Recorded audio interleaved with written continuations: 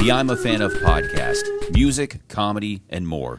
Paul Varghese, dude, welcome back, man. What's up, man? Nothing. We were just already starting. We were talking about Road when life. I played music and road life when I used to be in a band, and then you were about to start on what it was like being solo touring by yourself, I guess. I wouldn't even call it touring. What do you call it? Just traveling. Yeah. When was this? You said this was college days? No. This was like I was on a college run for about 4 or 5 years. That's with NACA, which was like the National Association of Campus. Like, there's an episode of Crashing. I was going to say that's where I learned it from, was Crashing. Yeah, it's huge. It's the thing that I always tell comics. Like, if you want to start making a living, it's the one gate you can kind of get into without anything else. Mm-hmm. It's just basically kind of off who you know and how your shows go and stuff. Worst shows ever of my life, best shows ever of my life, best money of my life, best money of my life. Really? It was easily the best.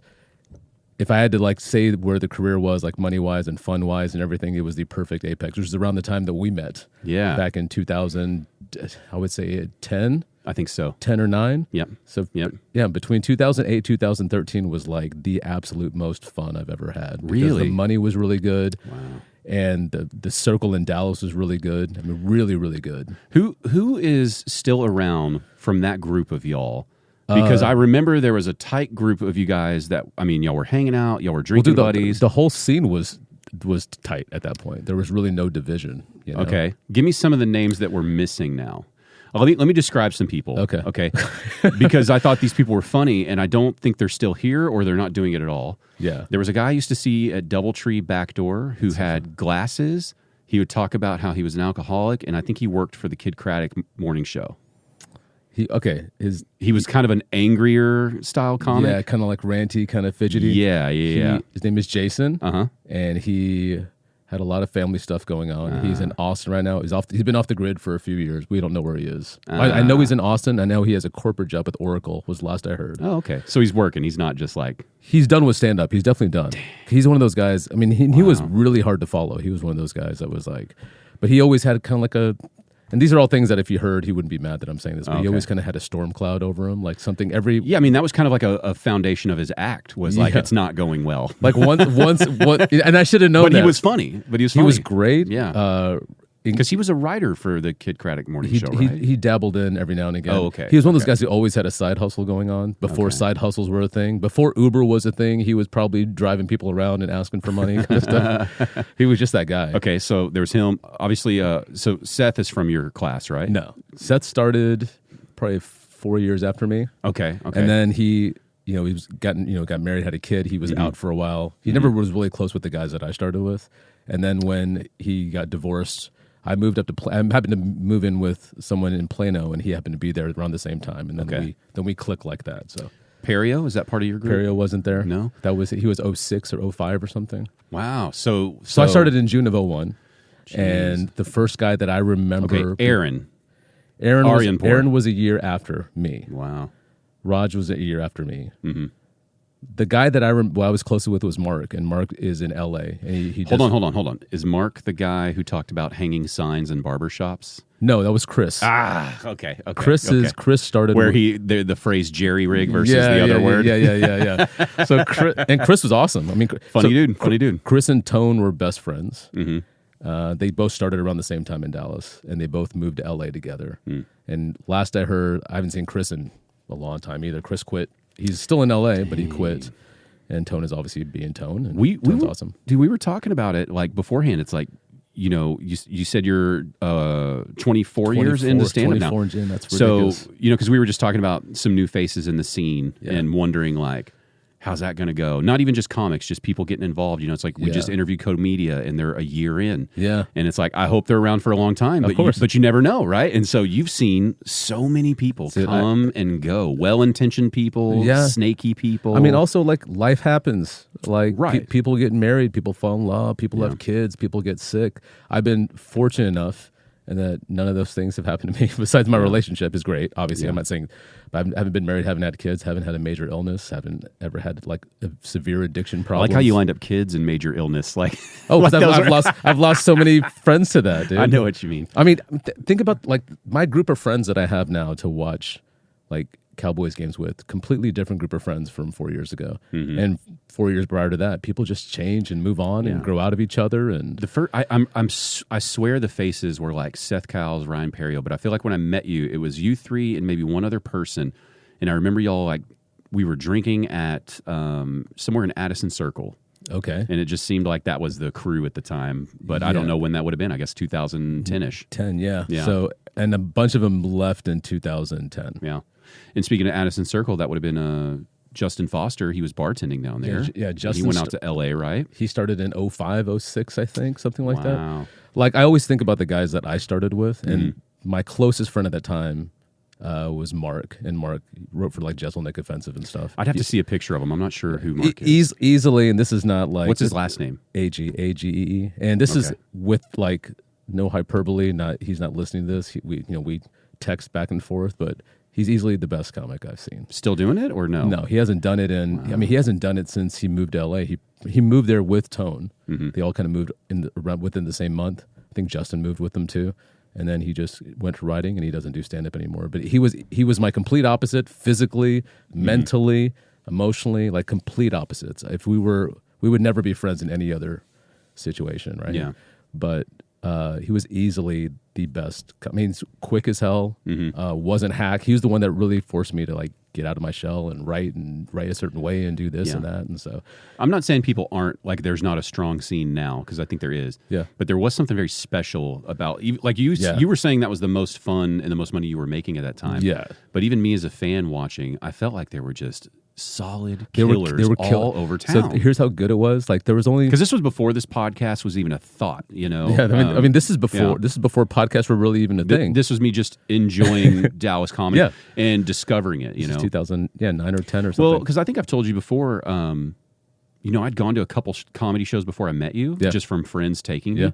And it was like the early thoughts, having no idea what these comedy clubs were like. So this would have been, 2008, 9, 10, that range. Okay. Yeah. And friends were like, yeah, we're going to go watch comedy at Hyenas Dallas. And I was really thinking hard about it. I think the first live show was Hyenas Dallas with Tom Rhodes. Okay. So pretty good first show. Like a very, kind of seasoned veteran. Yeah.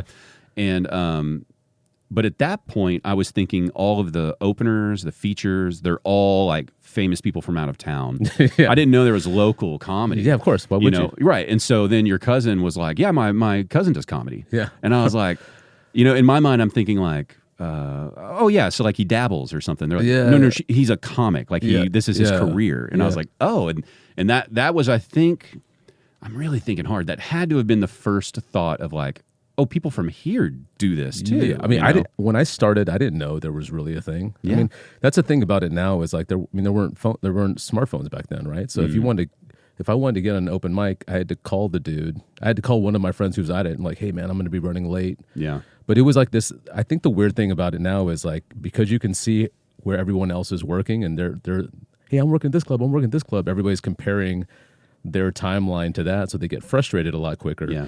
Back then, if you wanted to know who was working at Hyenas, one of us had to be at Hyenas and be like, hey, who was there on Sunday? Oh, wow. Mark was there.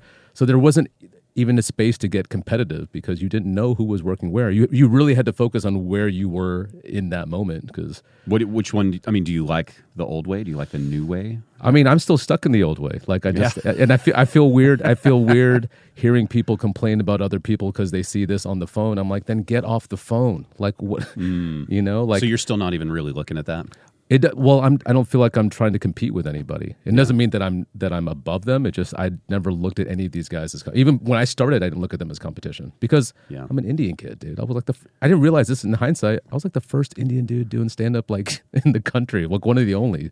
Yeah, I think we talked about that last time you were on. How in June of you and maybe some others felt like there was going to be this like how were we talking about it?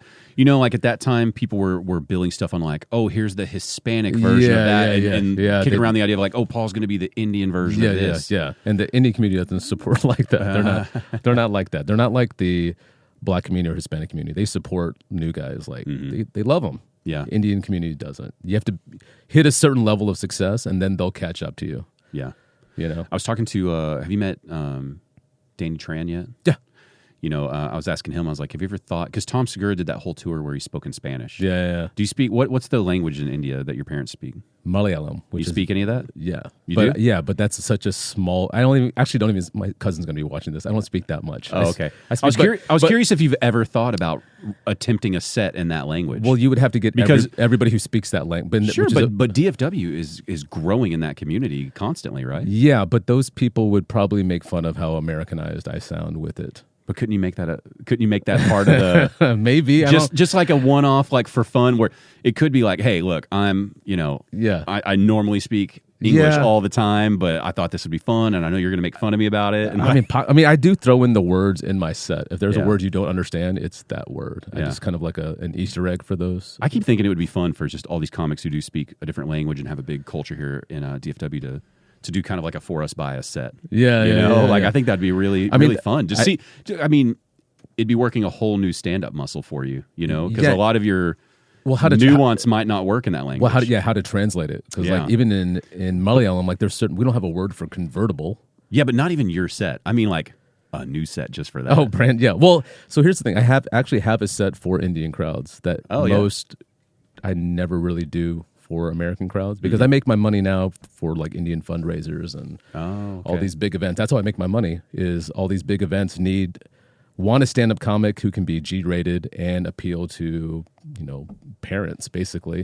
And Indian culture is so diverse anyway. There's a very small frame of reference. So like my parents don't know who Taylor Swift is, the people who move here from India might not know what liquid death is. There's Hindus, and there's people who are vegetarian, and there's people who are South Indian, North Indian, people who speak a different language. So over time, I've figured out this 20-minute set that appeals to all of them.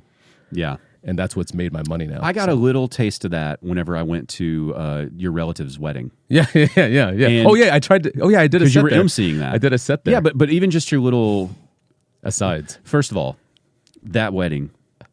It was culture shock. Well, first of all, also not every Indian wedding has lightsabers in the reception. Well, I knew that because it was on May 4th, right? Yeah, May the 4th, and but no, I remember we got the invitation. I think it started at 10:30 in the morning or something. Yeah. The whole that's the ceremony, right? Yeah. And then there's like midday drinks and lunch while we're all going over to wherever the reception is, and we had like 100 people at our wedding. What was there? Maybe 500 there? Probably. Right? Yeah. And that's small. Huge banquet hall. That's small. And like everybody's going hard. There's all the different parts of the wedding that we don't know the traditions of, like the different dances and stuff. Yeah. And it's all good. And then I'm catching all the little jokes that we don't get, but we just hear the crowd laughing, like the differences between like North Indians, South Indians, all that kind of stuff. Yeah. And it was like, God, there's this whole web of funny that I won't ever really fully understand, but you're seeing the crowd laughing really hard at it. And I try to throw a lot of that into my act, and most of it works. There's some little inside stuff that doesn't. Yeah. But those crowds, those Indian crowds are not Indian crowds like the kids born and raised here like me. I'm saying like people like who moved here, or my parents who were immigrants. Those are the hardest crowds to perform for. Anyone who says like black crowds are the hardest, or Christian Indian crowd, if any comic who thinks they're so funny should perform in front of people my parents' age. Well, what do you think makes it harder? The frame of reference. They have what we think is just normal, like literally just cultural differences. Talking about dating, they never dated. Like even Indian people who moved in their 30s who move here. If I talk about different races, white, black, Mexican, they're not used to that because they moved here from India where it was just a bunch of Indian people. So they're not aware of police brutality and stuff, like all these things that we kind of take for granted for crowds. I have to eliminate all of that in my set. Jeez. Wow. Look, you can still do that in the set. They're just not going to laugh. Right. Yeah. If you're trying to tighten it up. Yeah. So, you don't even think about that. And so I've seen when I hear comics say like, I just did an Indian event, I'm like, did you change anything? Because I know they didn't laugh at it. Because they just don't. Like a lot of my ironic one-liner, like my parents would never, people in my parents' age group would never understand a Jehovah's Witness knock-knock joke. They wouldn't understand that. They'd be like, what are you talking about? We're Hindu or we're Muslim or we're Christian. They wouldn't get it. So it's little things like that. Just that lost in translation stuff. I think about that when I talk to somebody who's speaking English and it's not their native language. Yeah. And it's like, I'm never really going to know the real you. Yeah. Because the way you communicate in your normal language is there's probably all of this, nuance to your personality that I'm not getting at all. What is and it's like, so stuff like the Neuralink, it's like, Yeah. I don't know if I would get that, but the selling point of me being able to go like, I could instantly understand you in like your native tongue or something, and then fully understand your personality. Like maybe you tell jokes in your language and you're witty because you're really, you're really well spoken, but you're pretty good at English, so you can't take those risks when you communicate, and I just never get to know the full you. What you realize is that like there's a couple of things that everybody has in common, and family is one of them. So if you're trying to find a way to identify with someone who barely speaks English, family is the one unifying thing. So when I do those sets for those Indian people, older Indian people, if I talk about my parents or weddings or dating, not dating, but like just see, even then you slip up where it's like you're so used to talking about it. Yeah, like familial relations, uncles, aunts, whatever. Everybody has that, or at least understands that. Like, but outside of that, it's like, I mean, that's why like these crowds here, like I don't care what race they are, what age they are. I perform. I literally in one day performed for a 17-year-old high school graduation over at TK's, G-rated Christian Academy, and then that night performed for an all-black crowd where I could just say whatever the fuck I wanted. Right. And it's like, who can do that range? And I had to learn that getting into stand-up. That's the one thing I loved about my group that I was with, is we all just said yes to everything. We never said, if we bombed somewhere, it wasn't like, oh, that's not our crowd, we're not going to go back to this room. We were like, we don't have any other choice. We're doing this room. Yeah. Let's figure, Mark specifically. The other guys, I won't say a whole lot, but the other guys would kind of be like, well, that room sucked, I'm not going back there. Me and Mark were always like, well, let's figure out this room. Yeah. How do we get this room? And I don't have a lot of comedian friends that would want to look at that as a challenge. They'd look at it as like, well, it's Duncanville, I don't want to drive that far. Oh, these people they're rednecks or they're this, whatever. Me and Mark always tried to figure it out. And Mark is about as white as they get. I mean, he had the shaved head before shaved heads were a thing. He was jacked. He looked like a Proud Boy, basically. But he was all about the puzzle. He was like, there's a way to get in here. There's a way to relate to them. And that's why in conversation, that's how I like connecting with people. There's always a thread in there. You just have to be willing to find it, See, I've talked a lot on here about how like the veteran comics of this scene specifically, that I feel like they're probably having trouble transitioning to the way comedy has shifted. Okay. Like what you were talking about, like having cell phones. I mean, just the way it's all changed so fast. But then at the same time, and maybe this is where you can shed some light, I feel like the newer comics maybe aren't appreciating some of the hustle that was involved with the previous generations. You know what I mean? About, like you said, you didn't know, so you had to go. You had to figure it out. And then what you were just talking about, like, I'm not doing well in this room. How do we do better? Yeah. Instead, like, just being a fly on the wall. If I'm around a group of comics that are talking. Yeah. And I'm listening. You hear some of them, they're like, no, fuck that club, I'm not going back there. Yeah. Or like, no, I'm not going to work with them again. Yeah. And I'm looking at all this through the lens of, this podcast over the last, let's see, 5 to 6 years now. Yeah. So that I would say if I was on the same journey as a stand-up comic, I'm probably feeling comfortable, hosting a show right now. Okay. That would be my level of knowledge about the comedy industry, right? I got you. Yeah. That's the only thing I could kind of compare it to. So, you hear that and you don't know. I mean, I speculate, but I don't know. Yeah. And because I haven't done those higher levels yet. I don't. But I feel like, when I think of like East Coast comedy, for instance, it seems more like what you just described, where it's like these crowds, they don't care about you. And if you want to work, you're going to have to figure it out. Yeah. And I think that kind of hustle here would serve a lot of newer comics really well. This city, you can get really good in this city quick if you want to get good. Like you can go up like 3 times a night now if you're willing to drive. Mm-hmm. And we got another club coming soon, right? Yeah, the Punchline, whatever. Yeah. Mm-hmm. So it's like you can get really, if you want to get good. Now, I think a lot of times people think just going up is the work, but it's really, getting there is part of it, but you got to like be really self-aware. Like I think the biggest shock for me when you say self-aware, do you mean about when they suck? Performance, the writing, all of the above, all of it? Because I think the big shift for me was when I would see comics bomb and not be upset that they didn't bomb. They weren't like talking to their friends and like lamenting and thinking about it. They just like, oh yeah, that crowd was whatever. They just kind of brushed it off. Like it used to break. It still breaks my heart, but I can play it off a little more. But it used to break our hearts. We were like, what are we doing? Like I shouldn't be doing this. And you never see comics thinking I shouldn't be doing this. They're like, no, I should be doing this, even after they just ate shit up there. Right. Like I don't see any like what would you call it? Do you think it's just more accountability? Maybe. Do you think it's because now they hear all of their favorites and legends just talking about like, yeah, you're gonna, all these phrases that are cliche now, like, oh, you're gonna bomb, you're gonna eat a bag of dicks, all that stuff. So they're just like, you gotta bomb. That's part of it. You gotta bomb 1,000 times. Yeah. And so it feels more casual, like, it's part of it. Yeah, I think that's what it is. Yeah. I mean, I don't know how it doesn't hurt your feelings. Like, it hurts my feelings probably more now than before, because before I was like, I'm brand new. Like, of course I'm supposed to suck. Now I'm like, I shouldn't be bombing like this, dude. Like, I should know better than that.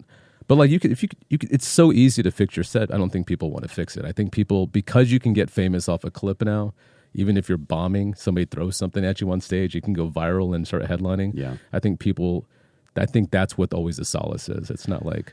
Yeah, but as somebody who watches, I've been to a couple shows when someone got famous off a clip. Yeah. And they really sucked. Yeah. And it was. Yeah. I could tell that they want to be a good comic. Of course. It's just too soon. It's just too soon. That's all. We're also in a very yes and culture. We're very like, just say yes to everything. Yeah, who am I to say no, not to go get your checks? Yeah, so they're just going to do it no matter what. I wonder how many of them will turn that into a successful long-term career, though, or if they'll, lose a crowd just as fast as they got them, and then it's hard to really stay. You never know. I think people are more in love with celebrity now than ever before, because you'll see it with like, I've opened for like YouTube acts, like, and the look on people's faces, like they can't believe this dude's in the room. Like their jaws are dropped to the floor. It's like people are so starstruck now. That's a good point. We're also like, the other thing that was weird to me is like, because I've been doing it so long, you see like the generational shift of like the jokes, the topics that were hack when I started are not hack anymore. But they should be. Like what? What's an airplanes? Example? Airplanes are back. Okay. Thank you.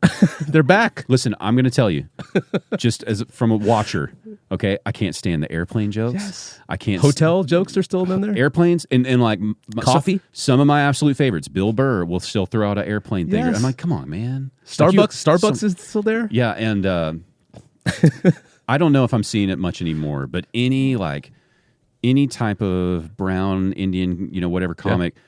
And any type of 9/11 material. I'm like, it's been so long. I mean, if you have a really, really good one, let me hear it. But it's not. They said never forget, but it wasn't about the material, right? It's like, please forget your 9/11 material. I think I made a post one time in that little local comedy group about like which one of you originally wrote the I'm 7/11, not 9/11 Indian. Yeah. Because I've heard everyone, say that. As a guy who was performing before 9/11, I started in June 6th of 2001. Mm-hmm.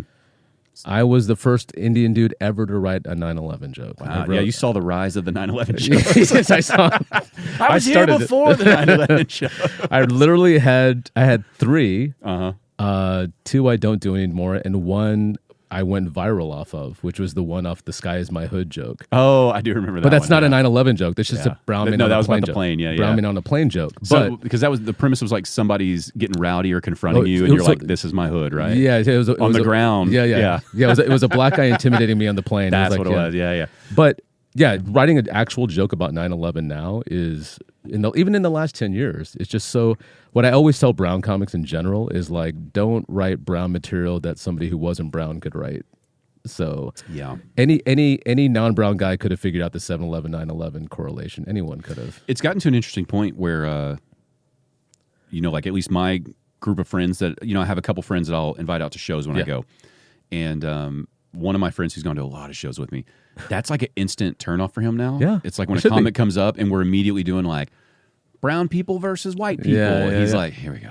Yeah, and he's down for it if it's really funny. Yeah, but so much of it's pretty.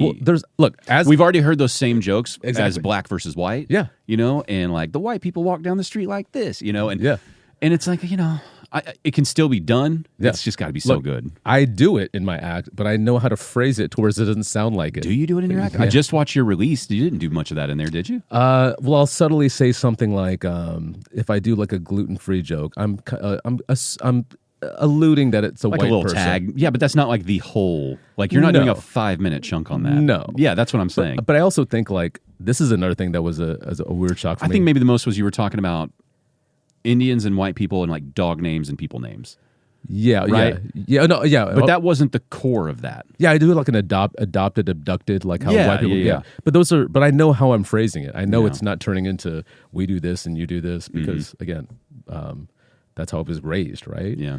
And again, I was at the beginning of it. Like I remember, I literally have an old notebook where I literally was like, there's a list where it says, "What do brown people do?" Like what do white?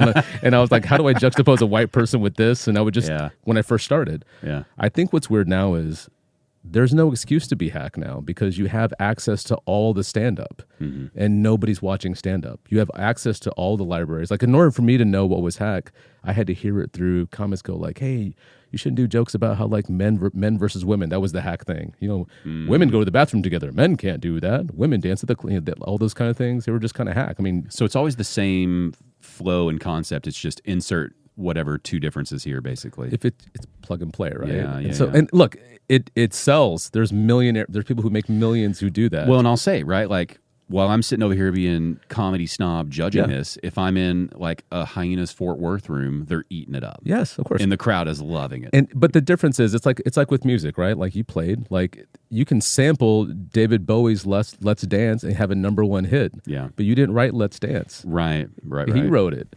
But I think we're in the pop phase of stand up right now where we're sampling other people's stuff that already worked. And for me, it's like, how do you not know that's hack? Do you like I came into stand up watching stand up. I don't know how many people, and specifically with brown people, because there's so many brown comics now, they're like all over the place. I don't know how many of them got into it because they wanted to do stand up. I don't think they grew up watching stand up. Because who would they have? They would watch Russell Peters, I guess, at this point, maybe. But he would have been the absolute most famous. After him would have been Hassan Minhaj, maybe. But well, who was first, Hilm or Aziz? Who popped first? Russell popped first. No, I know Russell did. But after Russell, Aziz, then Hassan. Yeah. Okay. And then we're missing somebody who got Silicon Valley. He got really Kumail, jacked. Kumail Nanjiani. And even he wasn't big off his stand-up. No, he's more acting. And that got his stand-up big. But but those guys aren't fans of those guys. Like when I talk to these Indian cats, like who'd you grow up to? Everybody says it's a cliche. Eddie Murphy, George. No, you didn't.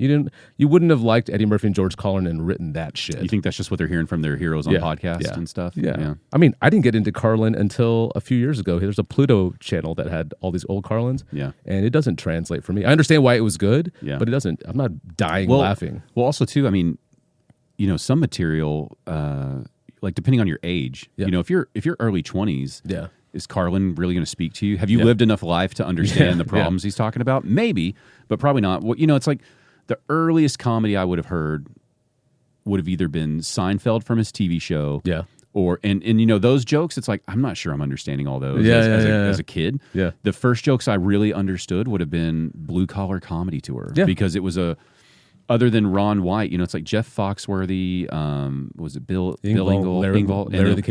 Larry the Cable Guy was probably the one where I was like, oh, hilarious, because it was somebody my age would have been able to digest that. Yeah. And then Ron White, I'm seeing older people in the house, like, my stepdad or somebody laughing his ass off at that. And I'm like, I don't really. What's so funny? I don't get so funny. But then as an adult, you're like, oh, okay, I see the aura now of like this guy who doesn't give a shit. He's got the cigarette, the whiskey, and he's talking about, it's like, now I'm kind of getting that. Yeah. So, I don't know that you could really digest, that is kind of Carlin at a young age. That is kind of funny that, like, if you watch the Blue Collar Guys, it's kind of an evolution as a person. Like, you're like a little Cable Guy as an adolescent. You're married, you're Bill Engvall, you're bitter, you're... Well, literally, it would be like, okay, Larry's super funny when I'm, late middle school, early high school or something, right? Yeah. And then early 20s, I'm probably thinking like, whoa, Ron White is fucking cool. That's who I want to be. I want to get black clothes, and, and then Bill Engvall and because when you're looking at them when you're watching Ron, you're like, I mean, they're funny, but like it's a little tame. It's a little tame, right? He's got a black shirt on. Like I'm like, come on, I'm something more mysterious and cool. Yeah. But really, when you get a little bit older, you're like, oh no, those dudes hit head on the nail. It's like, I mean, they were the reason that thing had a huge crowd. I still think about, like, you can call it corny, whatever, but Jeff Foxworthy. Yeah. Now that I'm married and like you're in a long-term relationship, it's like I still think about his bit about women training the men and how she just said, I'm hot, and he gets up and changes the AC for her. You know? Yeah. And it's like the premise is so simple. It's Yeah. been done a million times now. Yeah. But just the... But also, like, he's allowed to do it because he started in the 80s. That's what I'm saying. He would have been the original that a lot of this is ripping off. Yes. But I still remember even his face and his gestures as he goes to the thermostat to lower it for his wife. Yeah. And he realizes he's being trained, and he like goes, oh, and he's like got this cheesy turn and groan. And so it's like, I think at different ages you find those sets for their full hilarity. You know, it's like a high schooler's not going to really get the Jeff Foxworthy one. Yeah, and I was a fan of stand-up in high school and junior high. I watched so much of it. I didn't know, in hindsight, I didn't know why I was watching it. What would it have been, though? Like the Comedy Central specials? Or Comedy Central came out when I was in college. Okay. That was the first season, which was like 99, I think. It was 99 or maybe 96 or something. Because those probably would have been the first large broadcast of comedy, right? I'd stay up and watch The Tonight Show. Yeah, I guess that would have been it. There was a show called Friday Night Videos. I'd stay up and watch. They'd have stand up there. There was a show called Comic Strip Live on Saturday nights because I wasn't allowed to get out of. And first off, I didn't have any friends. Second, I wasn't allowed to leave the house on Saturday nights anyway, so I would just watch stand up. Yeah. And I only watched stand up because at one point I saw George Lopez and I was like, oh, there's a brown dude. And I was like, oh, that's kind of close. And then I would start seeing comics like make fun of Indian dudes. Like, hey, I was at a 7-Eleven. I would see that, and I was like, even back then, I was like, but my parents don't work at a 7-Eleven. And so, what about like the character of like Apu in The Simpsons? Same kind of feeling. I love The Simpsons. Yeah, I know. But are you looking at that as like, come on? Nah, because the way they handled it wasn't. I mean, there was some stereotypes in there, but a lot of it was just about a guy working at a convenience store. I think my issue with that was always people use that against you as a joke. Instead of saying the N-word, they'd call you a poop, but you know what they meant. They don't have to say the N-word. You know what I mean? Like, that part sucks. And that's why, I'll tell you, I've only told a story a couple of times. I think that's what non-brown and black people don't understand is how do you not feel weird voicing a different ethnicity? Like, how do you not feel weird to you? Do you know what I mean? Like, yeah. It's because that's the same guy who's probably doing Homer, right? And like on The Simpsons, doesn't he do like he does Chief Wiggum? Is it Hank Azaria that does Apu? Yeah, okay. He does Chief Wiggum. Yeah. He does the Irish guy, whatever. Yeah. The thing with again, who cares if I'm burning bridges? But I was recruited by that show Phineas and Ferb years ago, that Disney show. I don't know if it's still in the air or whatever, but. This is the first couple of seasons, and they were doing a writing workshop, and they just flew in a bunch of comics they wanted to hire a couple of us to like punch up scripts. So there's 20 of us there, and these are comics who are like big names now. Like Michael Costa from The Daily Show was at this workshop. This is 07, I think, 06, 07. We're all kind of sitting there, and we all realize, oh, okay, this is a minority. They want to hire minorities, and they need more because all brown and black people, and I think Michael's Greek, whatever. So they bring us in, you get to punch up a script, you get to do voiceovers, whatever. And the last thing is they want you to watch a live storyboard version of Phineas and Ferb, how they make an episode of Phineas and Ferb. And I've never seen the show. I don't know if it's still like this, but the two writers or the two creators come up and they have little, all these different white squares and just draw. And we're gonna do this, and they voice the character. They just pretend the characters. One of the characters is the Indian kid. Okay, at least was back then. I don't know what it is now. And they do a really shitty racist Indian accent. And the whole place is dying laughing. The only people not laughing, the comics. The comics are in the back of the room, and everybody just kind of sitting there. A couple of them are looking at me like what are you going to do about this? And this is back when I was super shy. I was just excited to be on a Disney lot. Right. My parents told me not to, not going to ruffle feathers. You just sit there and everybody. And it was before anyone had really started talking about casting appropriately. Yeah. It wasn't on the map at all yet. But so what would you speak out against? The norm, Exactly. Yeah. I mean, it was one of the reasons I hesitated ever going to LA, because that was one of my experiences. It's like, I don't belong here. Like, this feels like high school, And these are grown adults who make the decisions, who are gatekeepers, openly laughing. And I remember thinking maybe I'm am I wrong? Should I be laughing at this? Maybe I'm too tense. Maybe I'm too much of a nerd. Maybe I'm just a comedy snob. Maybe I should just... But no, I shouldn't. He's just mocking me. He would never do that to my face at a bar, but we're doing this inside. Maybe he didn't know I was Indian. Maybe he thought I was. Most people don't know I'm Indian, but still, the fact that you feel comfortable doing that, we're all kind of laughing about it. Yeah. Felt very odd, Yeah, I mean, that would have been the beginning phases of noticing that probably. I don't think they ever noticed it. I don't Yeah. think they cared because somebody has to make a stink about it, right? I mean, there's another show called Sanjay and Craig that was on Nickelodeon, and it's about an Indian kid and his talking snake. Pet snake. I mean, if I said that sounds ridiculous. Well, that's kind of like anytime you watch a movie, even still, anytime you watch like an action movie, like John Wick or something, right? When he's in like the Arabian desert, the music, like it's always the same. Or like if you film a scene in Mexico in a movie, it's like we got to use the sepia filter and make everything like kind of flamenco guitars. Yeah, it's like this is all Mexico has ever looked like. You know, it's ingrained in there still. And even now, I mean, it's all these things are just been popping up in my head recently. But like, kind of stored these thoughts away. But do you watch any of like the Bollywood industry stuff? No. I'm curious if they do that for Americans or like British people. When they do, if there's the same kind of like, we're all always eating a hamburger or something. Like, well, the few that I've seen, they used to have like the white guy and. Remember like those shirts with the horizontal stripes, the big block horizontal stripes? Yeah. He'd be like, hey, what's up, ladies? It's always like that kind of voice over thing. It's like California kind of thing. Everything's like that. Whoa. That's their impression there. Yeah, because I saw British people doing accents of Americans, and they made us all talk really slow. They're like, I'm going to get a hamburger. Yeah. And you're like, okay. I guess that's what we do. I don't know. I mean, you're not wrong, but it just seemed clunky. Yeah, maybe that's the closest thing I could have to even relate to like that experience. It was so surreal. In hindsight, it's so surreal. Like I wish I was in that situation now. Like I'm way more confident now.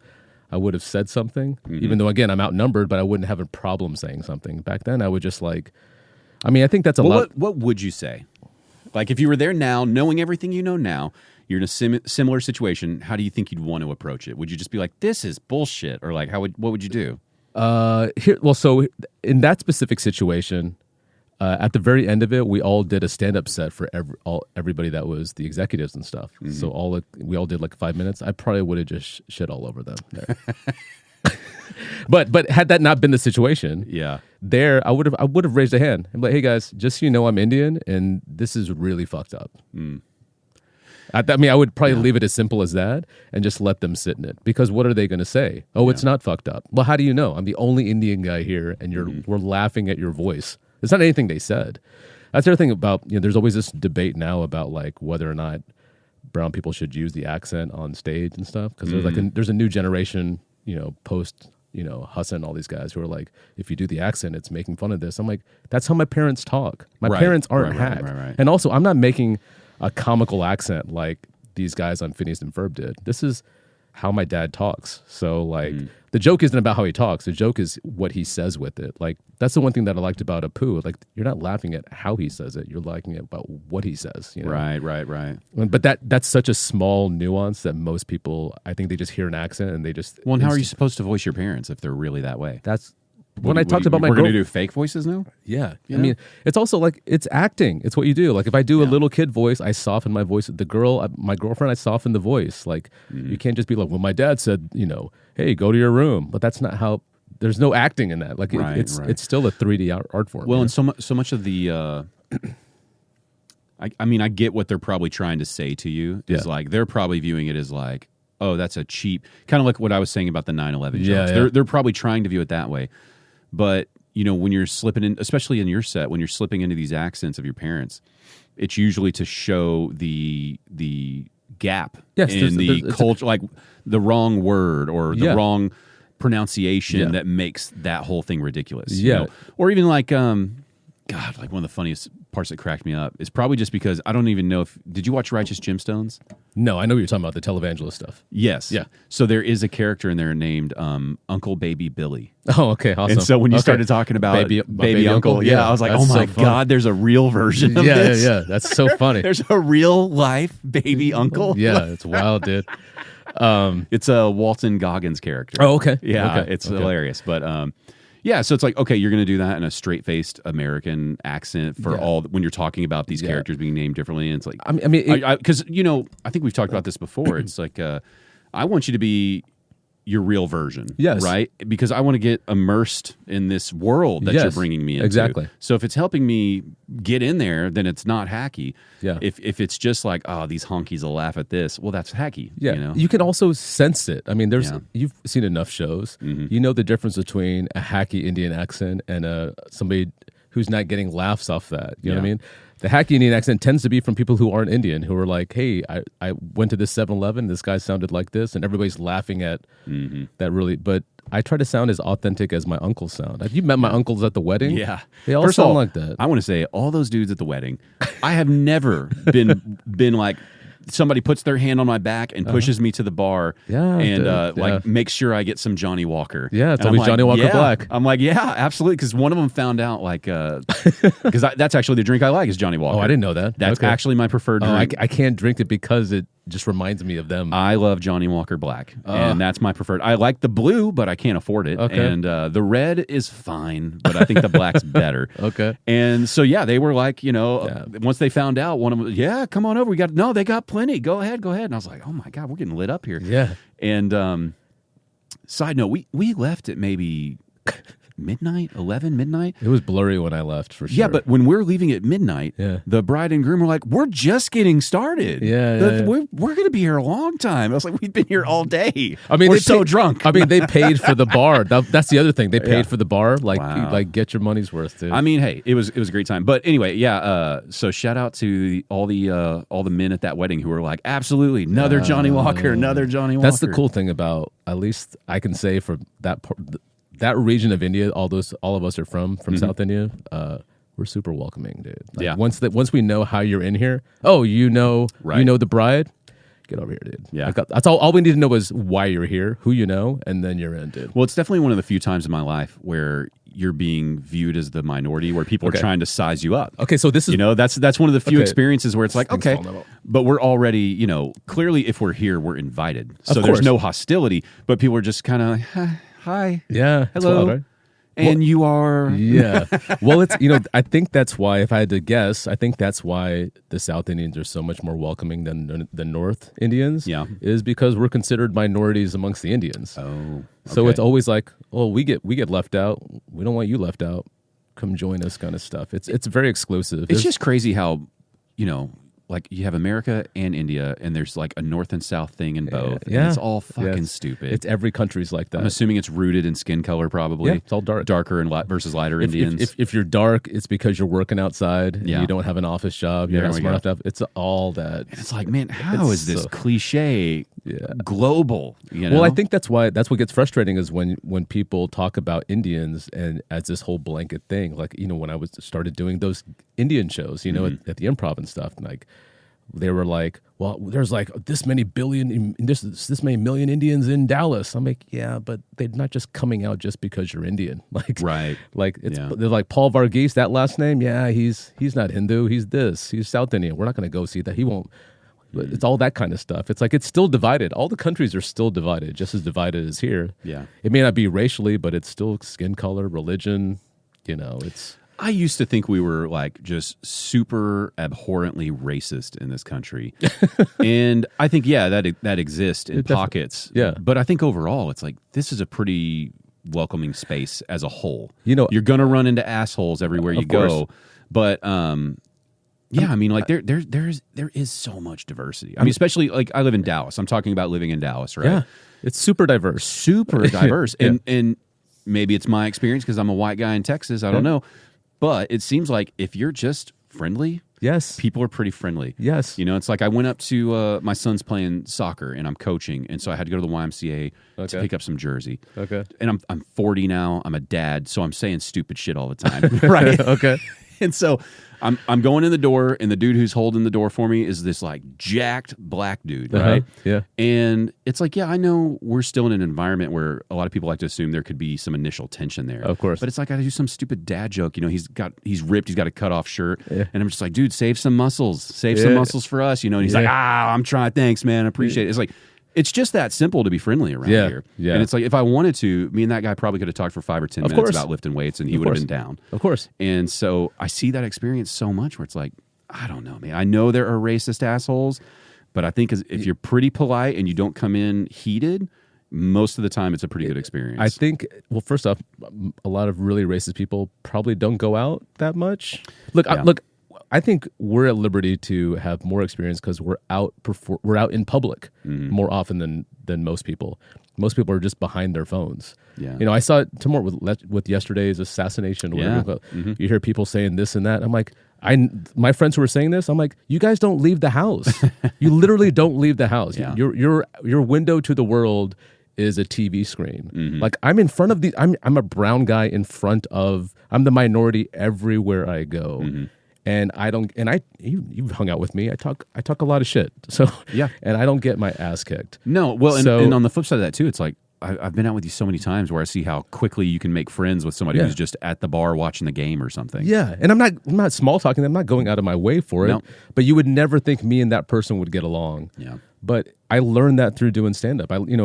One of the things that always kind of bothered me about comics is when they would say like, well, I can't do that room because I can't do this black room. I'm a white dude. I'm like, if I only got to perform for Indian people, I would have gone up twice in 25 years, dude. Like, yeah. And what I've witnessed is that's usually when you're the oddball on the show, that's usually like your superpower. Yes, of course. It's like if you just go up there with a little bit of confidence and you embrace the obvious, they're usually like, oh my God, he said it. He said what we were thinking. And boom, they're in. Yeah. They're in. Yeah. And it's like, how many times have you seen the nerdy white guy or girl go up in the black room and destroy, Yeah. I just saw an old clip of some white dude going up at the Apollo Theater with a trombone.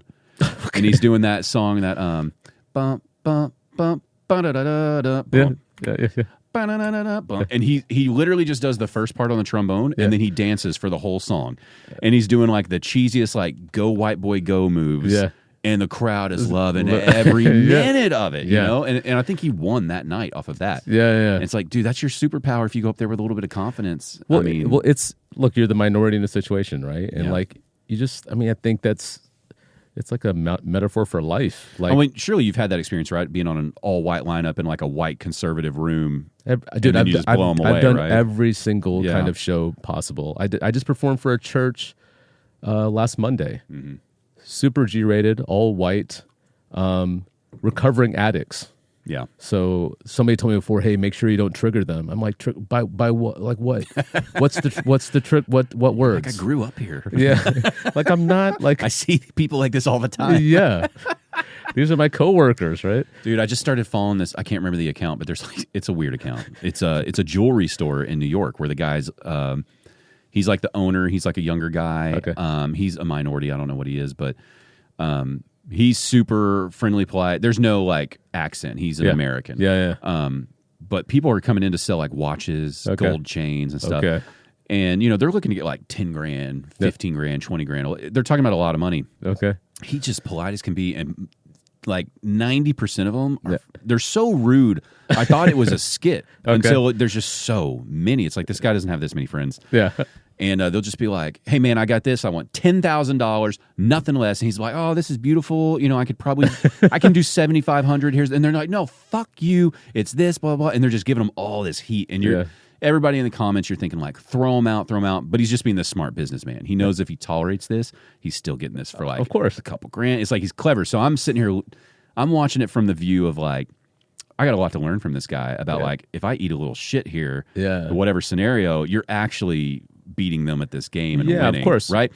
So, but what I want to ask you about is he had one person that came in. Okay, comments are roasting this woman.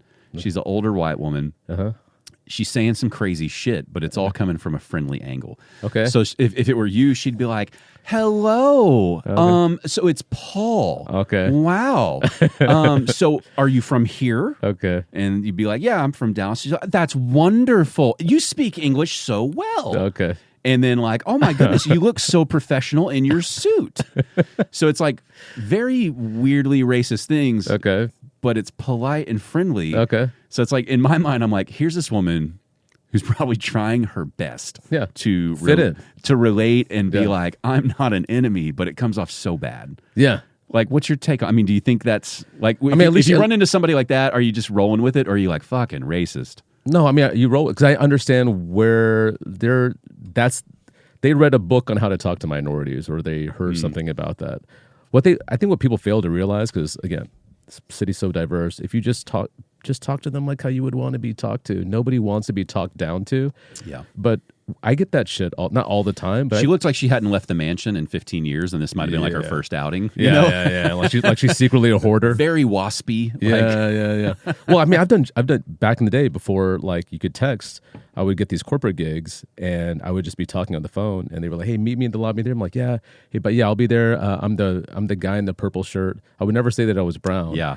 And when they would find out, they're like, "Man, you look nothing like how I thought." They would say that Because the voice. Yeah, and I was like, "Oh, that's fun." But I know what they mean. I don't think they're being racist. I think they just said what they said. I mean, I've been called racist things, so I know what racism is.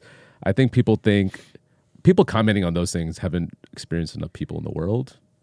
They haven't gone out in the world, and that's why people don't go out in the world, because things like that could happen. Because I was viewing it as like, Jesus, she's saying all the things. Yeah. But I was also viewing it as like, well, she's not saying I'll never shop here, or like, where's the other person I can speak with or something. It was like, you're doing a good job. You're trying. You're trying. You know, keep at it. It'll improve. I mean, what did he respond with? Nothing, right? Nothing. Exactly. You know, she'd be like, "Oh, your English is so good." And he'd be like, "Oh, thank you. Yeah, I've been here, you know, my whole life." And then she'd be like, "And you're dressed so wonderful." He's like, "Yeah, I try to look good for the job." And like, he's just rolling with it. And you can tell he's getting a little annoyed. But it's like he's a businessman trying to make some money. So we're gonna roll with the punches here. I mean, I've seen that with my parents out in public, you know, because my parents' English sucks. And, you know, they'll ask things like, "So where?" Like, they'll slow. But my parents just roll with it. It's like, what are you gonna do? I mean, they've probably been called worse, you know. I like to think if I went to Japan or something without knowing Japanese, it'd probably be the same thing. Yeah, I'm gonna be talked to like an idiot every now and then, you know. And I'm just, what am I gonna do? Get mad at Japan? I mean, initially you will, right? And then eventually you just kind of grow out of it. Every immigrant kid has gone through this kind of militant phase. Yeah, whether probably around college, late high school, where you're like,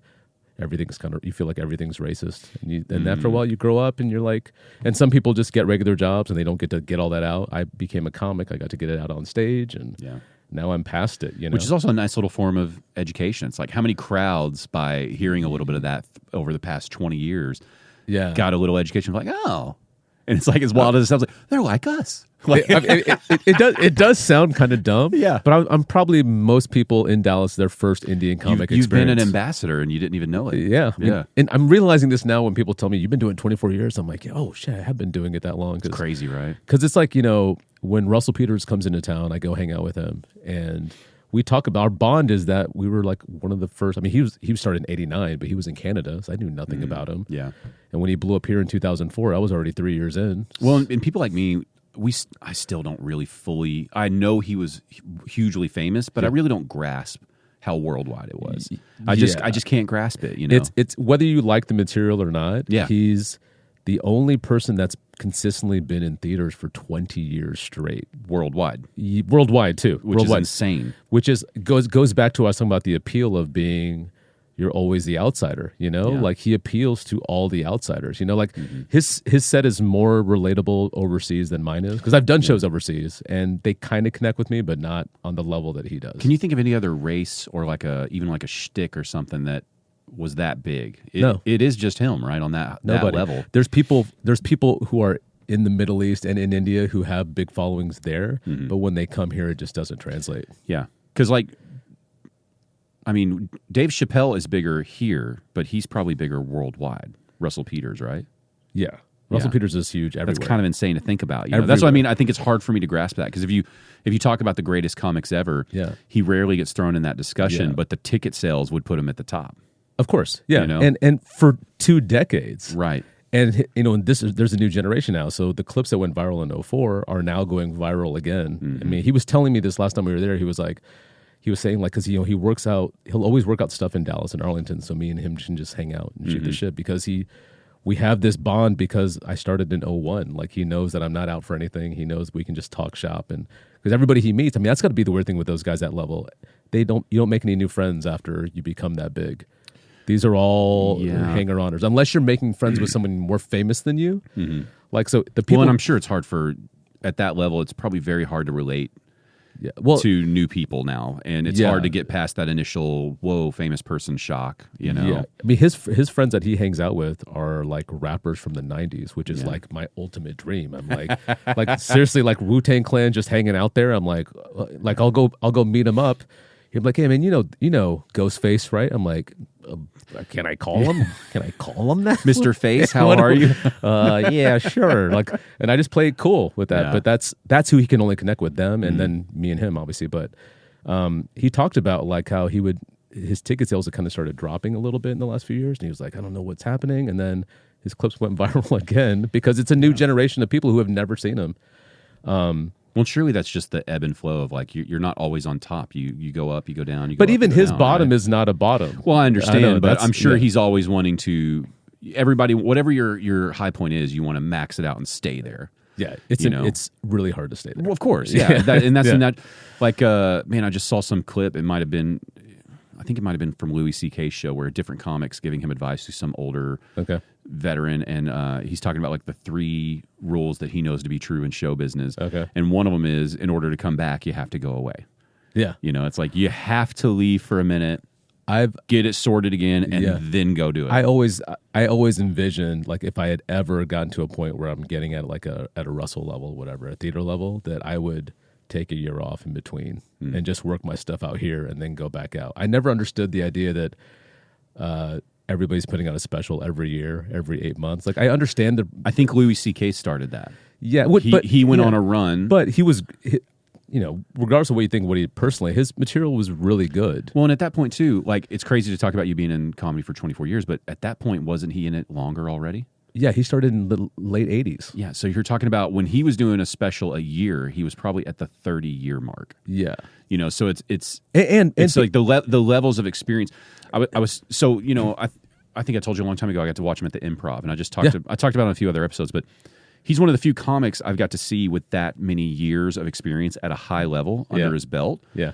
In a club setting. 30 feet away. Yeah. And so you really appreciate, like, God, I haven't seen comedy at this level yet, exactly. Especially not close. Yes. You know, because even if I've watched, you know, like the largest venue I saw somebody in was Tom Segura in the Grand Prairie venue. Wow. Okay. And I like Tom Segura, but that venue, I don't want to watch comedy there again. Yeah. And it's like Bill Burr and these people, they've come through to like the you know, American Airlines or whatever. And as much as I love them, I'm not going to buy the ticket because I know I won't enjoy it. Yeah.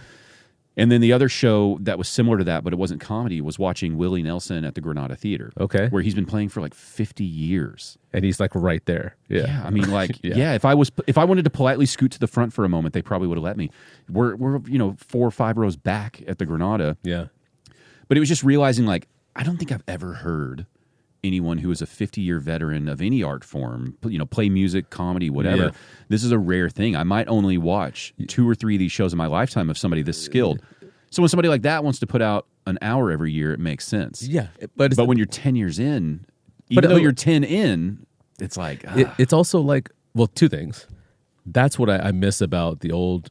When I started was we were allowed to go to the Improv every Wednesday night or Sunday night and just watch the show, just hang out in the back. Because Wednesday, this is back when comics did Wednesday through Sundays. Okay. Wednesday and Sundays are the light nights. Gotcha. And you could just kind of sit back there. That's how I ended up meeting people that I worked with, like Gabriel and Is that Kathleen not part Madigan. of the ecosystem anymore? Like at any of the clubs? I'm sure you can go in there, but it's a different comic on a Tuesday night and a Wednesday night than it is Thursday through Sunday. So, and this is back when Wanda Sykes was in the club, Kathleen Madigan's in the club, Gary Goldman, Louis C.K., David Tell, Greg Giraldo, Patrice O'Neill. So you get Gabriel Iglesias is still doing clubs. Yeah. Russell is. You're sitting there. You're like on a Wednesday night, and they would just let me come in and just watch. And every now and again, they'd be like, "Hey, do you want to go up and do a set?" That's how you meet them. You go across to Pete's, shoot the shit. You have no idea in 10 years they're going to be the biggest name on Netflix. You have no idea. We're all just comics in a club on a Wednesday night, you know, or a Sunday night. And I never see comics going out to watch other comics unless they're working with the comics. And there's something about watching Greg Giraldo. I mean, Hedberg. You know, CK. Well, I just saw a couple of Giraldo's clips from when he was roasting on the Flava Flav roast. He's the best. He's the best, dude. I forgot how amazing that generation of roast was. Yeah, he's him and Lisa Lampanelli, and it's like whether or not you liked those people's specific style, they just went for the throat, and it was clever. It wasn't like hey, you fucking bitch. It was like there was something really well written. Everybody sounds like a Comedy Central roast battle now. It's kind of the same thing. Like, hey, Travis, thank you, and they'll like, thank you, Travis, and some nickname for Travis, some like, and then they'll go into this, and it's always a rule of three. You know, he's a lot like a Dunkin' Donuts. He's da da da da da da and ba da da. You know, and Greg Giraldo was just like, Larry the Cable Guy. Why are you so fucking famous? You dumb motherfucker. Like that's his best roast, is him going, why the fuck are you so famous? And Giraldo, you can tell he's been at his apartment, really wondering, like, how, how. I love it, dude. He's my favorite comic of all time. By what far. did he pass away from? Overdose. God, here's a weird story about this. I don't know if I told. I was just on the iceberg of understanding his comedy. Yeah, you know, I was just getting mature he only enough. Has one special. Well, I'm talking about, I was seeing him in the roast. Oh, okay, gotcha. So that was like the introduction to him, and it was like, oh my God, this guy, I've never seen anything quite like this. He, when he passed away, I was actually supposed to work with him the following week. I was supposed to open for him, and I'd never. Now I'm officially out of my shell at this point at that point, right? So I'm like, okay, now I can talk to him. I'm not going to be awkward in the green room. And he dies of an overdose the weekend before, and it was devastating. But then part of me is like, do I still have the week? Should I call up and ask if I have the week? Oh, I don't know. Did you make the call? Yeah, I had to. Well, I still need the $600. Did you perform still? Yeah. They just had a fill-in headliner. Robert Kelly filled in, and Robert Kelly was okay, but he wasn't. You know, he doesn't really say much to me. So it was very. Most comics when I come in. I just worked with Mike Cannon last weekend. New York dude. He was one of the few headliners that like talk to me. Most of them don't talk to me. There's always, in general, most of them never, even when I didn't talk, they were never talk, because there's always kind of been this bias of, I was telling Mike this, LA and New York, you know, we're a flyover city, so they don't take you seriously. If you're here, even if you're great here, they're like, you're still here, you don't matter at all. Right. Mike's one of those guys like, oh no, you're a person, and I like people, and so we had a great time, but I normally don't expect that. Yeah. It's a weird vibe. You know, those are the things I'm still learning about the comedy game as I'm kind of dipping my self behind the curtain a little more and more, is the, my naive view is you want all markets to be really strong markets so that you have all these places to go to, and there's huge comedy crowds, and you make even more money as a headliner. You know, and that sounds like some leftover stuff from the 80s and 90s. Yeah, of course. That just needs to die. Yeah. It's like in the age of the internet, it's like, what are you talking about? It's like, do you know how much money is still being left on the table by all these clubs in these flyover towns? Yeah. You know, I mean, Jesus, I think Mark Norbin sold out something like 8 shows at the Improv here. Yeah. It either just happened or it's about to. Yeah. It did 2 weeks ago, I think. Okay, you know, you do simple back of the napkin math for ticket sales and 2-item minimums and what kind of deal could be made. Yeah, and now, like, how many other flyover cities do we have in this country that have a club that if you take those crowds seriously, how much money do you want? You know? And so, like I said, maybe I'm naive because I still have a lot to learn. But well, I mean, you're right. You're right in that end. I think I'm saying them as comics, not even respecting the city, respecting the other comics from another city. Yeah, but that's what's fucking stupid too. Because like in the music world, when I was playing a lot, it's like these bigger bands who weren't famous yet. I know these guys are famous sometimes, but most headliners in these clubs are not like, they're not all household names. Yeah, of course. So there's always room to grow, right? Yeah. You know, in music, it's like so much of that grassroots stuff was having the other bands, the sound engineers, the door people like your ass. Yeah, of course. And then they were your biggest promoters. Oh my God, did you see so-and-so at the place? Of course. Incredible. You got to check them out. I think, and if they come back next year, you better go. Dude, I think 80% of my bookability is I get along with the bookers and the staff and everything because I actually talk to them, and not because I want to get booked again. I just like talking. Like I like meeting them. I used to wait tables. I get it. I see all this, and also like I've been shit on enough. The last thing I want to do is shit on them. You know, I was telling Mike this. What's interesting now is that, well, from my experience, is when the LA and New York guys come in, I get to see them on a level that Mike and all these guys don't get to see them, because in LA and New York, they're on their best behavior because you don't know who's in the audience. And Colin Quinn might be there, and there's comics you respect there. They come to Dallas, you get to see who they really are. That's Whataburger at 2 a.m. That's not 5-star steakhouse. You know what I mean? Yeah. And so I get the brunt of it. So I'm like, all these people are like, oh, he's such a great dude. No, that dude is who he really is. He's not a good dude because he treats me like shit, and I'm not that he has to treat me well, but he can't gain anything from me. There's some professionalism that you would hope is there. That you would hold for somebody who can help you and somebody who can't. It's like they always talk about that with like Tom Hanks. Like he's friends with the sound guy. I'm like, well, that's so amazing. Well, he should be. Like, as a basic human being, you should be nice to everybody. Yeah, and even let's say you're not a basic human being. Let's just say you want. Let's just say you want a good career. Yeah, it's like, who do you think is controlling how well this comes out? Well, there's also something to be said about that. It's like, hey. These people can fuck your shit up if you want to be rude. I mean, so it's like even from a base level of just, do you want things to go well? Don't be a dick. And then if you want to be a kind person, be friendly. Yeah. I mean, it's not a lot of people's, at least comics, inherent nature to just like. I know this from another. I get that a lot of them are, introverts. Not, I get that this would be a struggle for a lot of them to just be the also, life of the party and chat with everybody. Well, you don't have to be life of the party, but also like, look, I used to be an introvert. I know most of my life. You can say hi to somebody. You can say, hey, like, so I go out of my way to even say stuff like, hey, is there anything you don't want me to say on stage? Any topics you're staying away from? And they'll always be surprised by that. Well, nobody asked me that. I'm like, well, I don't want to piss anybody off. I'm coming in apologetic. As opposed to like, hey, you should respect me. I'm like, you're in my city. Oh, like I love this city, and I want you to feel welcome here. You know what I mean? And even when I'm on the road, I'm headlining. Whoever's opening for me, a lot of times I'm filling in for somebody who cancels, right? So the waitstaff's pissed because they were supposed to sell out a weekend, but now I got to come in. So they don't talk to me. You forget about that. Like their money is affected all of a sudden. Yeah, and they look at their tip money. Yeah, and they look at me like, who are you? Like, who cares? We already lost. The openers and middles, they didn't get to work with the headliner they wanted to work with. So most of the time when I'm on the road doing clubs, if I'm working with opener headliner I don't know, a lot of them at one point in the weekend will ask to leave early. Even the host will be like, hey man, can you close out the show? I gotta head back home, because they don't respect me enough to want to stay. Because I can't do anything for them. Yeah.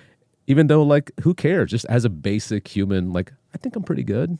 I know I can't hook you up with Comedy Central or whatever, but just as a decent thing. That's also just a weird angle of, you don't offer me anything. Like I know. Like, trust me, it bothers me. But but what I think of is like what I do for a living. I don't talk about it on here, but you know what I do for a living, and it's like there are parts of your job, no matter what you do, where if it's something that's a craft, a skill, right, which comedy is, right, you can watch 100 headliners that you think don't have anything to offer you in terms of your success, right? Yeah. But the reality is like watching 100 headliners perform 3 to 4 shows in a weekend.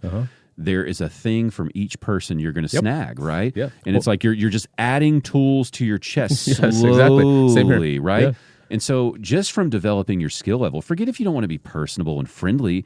You should be, but it's like you should want to stick around and be a little tired tomorrow just to see like, what are they doing that's working? Because it's like, and right? Even if we were just talking about, if I wanted to watch you for 100 shows, you specifically, right? Each one of your shows is going to have a weird, different thing, whether it's the audience member, the microphone went out, something's going on with the lights, we had to pause it, and you're going to handle all this in different ways. There's something to learn from watching even one person 100 times. It's like being an athlete, right? It's like being an athlete and you're only watching you on the game tape. Yeah. Don't you want to watch? Aren't you supposed to watch the opponents? Or worse, you're only watching yourself score. You're watching the 4 baskets you made over and over. Yeah, it's like you're not learning anything on that. Yeah. Like, let's look at the times you like. Yeah. What lessons are there to be learned from watching a headliner screw up? And you're only going to see that by watching them multiple times, because now they're doing they're bombing less and less and less. Well, it's also like my favorite comics. When people ask me like. Anytime anyone asks me who my favorite comics are, they're always the guys I started with, the local guys, because I saw them go through the grinder. Like, as much as I like Kyle Kinane, and Roy Wood Jr., I haven't seen them in front of 4 people at Sherlock's in Arlington. You know what I mean? Like, I didn't. Who knows how they might act? I've seen headliners that I really respected melt down on a crowd of 50 people in Addison on a Wednesday, and they're mad because the show didn't sell out, and they take it out, and I instantly lose all respect for them. And and they kill it Thursday, Friday, Saturday, but Wednesday is who they really are. You know, like when it's all, like I said, it's Whataburger at 2 a.m. It's not a 5-star steakhouse at that point. You know? So, you know, like a lot of this stuff, my knowledge is more about music, so I'll kind of just relate to those experiences that I had. And a long time ago, I went to go watch this band, Authority Zero. They were like a punk rock band. Okay. But this was when radio still mattered. And they had a hit on the radio. Okay. And Dallas radio was playing this hit. So it was on like 2 different stations here. Okay. And I'm thinking like, holy cow, they're coming to town. We got to get tickets. This was like in high school, I think. Even. Okay. And so to us, this was like a holy shit, you know, we're going to Deep Ellum, to Trees, watching this band. And we're thinking, this thing's going to be fucking sold out. We got to get there early. And it was me and it was actually my wife, but we were just dating then. And we went, and then there was a friend who was like, we set them up on like a double date, and we were all pumped about this show. We get there early we're there before the first band's coming on. And there's like 30 people. Okay. 30 people. And I think Trees probably holds like 400 or 500. 30 people. And so we're like, well, whatever, opening band, we'll hang out. Like, we couldn't even drink alcohol yet. So we're like getting a soda and like, you know. Contributing nothing to Trees? Nothing. And, you know, the first band plays, the second band plays. And it's kind of like comedy, right? Like, I guess because they're not doing well with ticket sales, they're loading up the openers to bring people in. Yeah. So they put, you know, there's like 5 bands on this show now, which is a lot. And but we're just excited. And so we're thinking, well, any minute, room's going to fill up. It never does. When the headliner, who we came to see, takes the stage, there's maybe now 40 people. Okay. Dude, they come out on that stage like it was a cringing. No. Oh, it did? Okay. They came out like it was 10,000 people, and they sold out the fucking club. What? The dude is doing all the rock star moves where he's like right on the front of the speaker, like leaning down to the... Oh, that's awesome. There's only maybe 2 rows of people, and he's like getting in their face, like putting the mic in their face, running back and forth across the stage. That's awesome. Putting on the show of his fucking life in front of 40 people. Authority Zero. Great band. But anyway. Awesome. Okay. And it's like that was a core moment. And from then on, it was like, all I want is success for these guys. Yeah. If you give me that much to 40 people on whatever, it might have been a weeknight. I don't know. Yeah.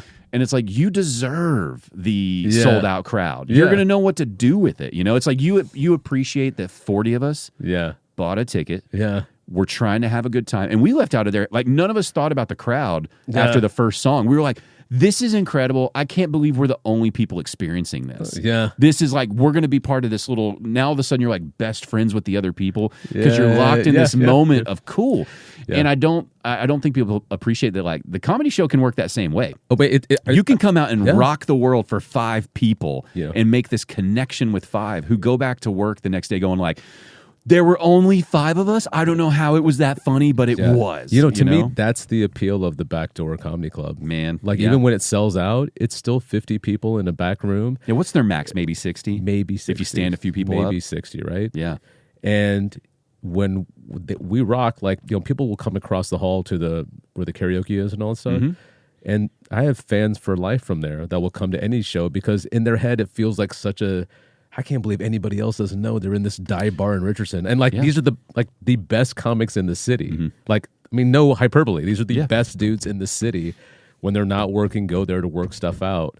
You know, why comics don't try to like get in there. And it's hard to get in there. Linda's not going to get everybody in there. Well, that's some of what I've heard whenever I'm just hearing conversation go on or if I ask someone who's a little more brazen and doesn't mind sharing opinions, you know, there's a lot of that like, oh, fuck that. They only do clean stuff. And like, you know, I'm not looking for people to like tell me how to do it. Where as a fan, I'm thinking part of what hurts our scene locally is that we don't have owners or bookers or producers that care that much to give you the advice you don't want to hear. You know, I think part of what makes an East Coast or a West Coast very strong at some of these renowned clubs like the Cellar or the Comedy Store is that there was always a figure of some sort. Maybe you don't agree with them, but it's their thing. They have an idea and they have a track record. Linda has a track record. Okay? It's like, I don't care what you think about if her philosophy about your specific material is correct or not. Probably worth trying out just to see. Just to see, it would be worth trying. It's one of the only clubs that has like a strict regimen to get in. How long has she been running that place now? It's been through like 4 locations, right? When I started, I think she'd been doing 8 or 9 years prior to that, dude. And is she a millionaire off the comedy game? If she is, she's hiding it. So dude. this is love of the game we're talking about. So you're not going to take the opinion from the person who's kept the club going when they've had to uproot it and move it multiple times, and has somehow patched it together each time, still performs, has her face painted on other comedy clubs, literally. Other comedy clubs. Which is not on her own. No, another comedy club. Yeah. Where is it? Arkansas? The Grove. Yeah. Was like, she's incredible, put her on. It's like, okay, what more pedigree do you need to go, maybe I'll trust her about pulling that masturbation joke out? Well, what we always say is like, you have Sunday through Thursday to get that joke out. Yeah. Just Friday and Saturday, don't do it, man. That's all it is. But you can't even get it Friday and Saturday now. Like Linda's entering her like no fucks era where she's literally where she's. I want her to. Where she's like, you guys have been with me ride or die through everything. And look, it's not like we turn down paid gigs. She understands that. Mm-hmm. It's like, hey, we don't have something. Can we come and do 10 minutes, whatever? As long as you obey the rules, cool. But like, it's one of the only clubs that has a strict like rule to get in. Like, you have to do this. All the other clubs are like, hey, you hang out long enough and we'll put you up and give you this. And I don't like the hangout game. I think, I understand that, like, if you're there, it shows a certain level of dedication. And I do think that should be rewarded. If you're somebody who's like, listen, I'm trying to show you that I want to do this, I think that's valuable. But it should also be like, hey, we know you're hanging around. Yeah. We appreciate that. Yeah. We will give you this opportunity, but you have to meet this criteria. Yeah, like exactly. there's got to be something to reach to. There has to be a bar. Yeah. And I think that's another thing that I'm kind of lost about putting out clips all the time, because me and you were talking about in text, is I think people just throw out anything. And I feel weird doing I can't twist my head about, let me just throw something every day. It just doesn't. Like, well, that's the part I would disagree with you on. And that's the part where we kind of touched on earlier, where I think veterans of our local scene specifically, I think that's the speed bump that a lot of y'all need to get over. Yeah. Because what I see is it's, obviously we know the game is shifted for y'all, right? Of course. I guess really what it comes down to is like what your long-term goals are now as a stand-up comic and what you want to do. And that would maybe dictate my response. But let's just say I'm assuming, you're going to put a special out and you just want maximum number of views so that then you can go book shows and sell tickets. I think what's happening is people who are really aggressive with the clip game and get annoying, they're getting opportunities that... It's kind of like my band. We had a lot more hustle than talent. Yeah. So we got a lot of opportunities because we're hustling. Yeah. Not necessarily because we were good. Yeah. And, I loved it, but I'm sure there were better bands that were passed on just because they didn't hustle like us. Yeah. That's my fear with the veterans in the scene is we've got these killers. And I'm worried if they don't adopt this new form, people will view that as like, that's not as good. Well, I also think... But so to me, it's like if you released something, I feel like you clip it, you submit it out, you just keep doing them, and then at the same time, just keep booking up your shows and then running them to that, so that the they know. Basically, it's not they know like no, this is one of the strongest comics in the scene, and this is why. Yeah. Because if they are looking at the views, right? Why should a less talented comic with less experience in the game have more views than you? But also, if the only now if you're doing all of that and you're still not getting the views, I could understand the angst and frustration and being like, "Fuck the system." Yeah. But I would say, to the veterans of the scene, like, you should give it the real try of like, okay, we're gonna do it the way I'm being told the new game is, and not with a jaded aspect, but like let's go, let's really try it. And see if it gets you any results. If it doesn't, okay, experiment over. So, a few years ago, I think it's 4 years ago. Yeah. I can't remember what the time is. I did one every Tuesday and Thursday for a year. That was a thing that my girlfriend insisted that I do. Tuesday and Thursday on Instagram for a year. A new clip every 2 days. Twice a week, whatever. Was this coinciding with a release of like a long form video? Like, this is stuff that I had found. Okay. Like old footage that I had pulled off, scrubbed off YouTube. Pulled off.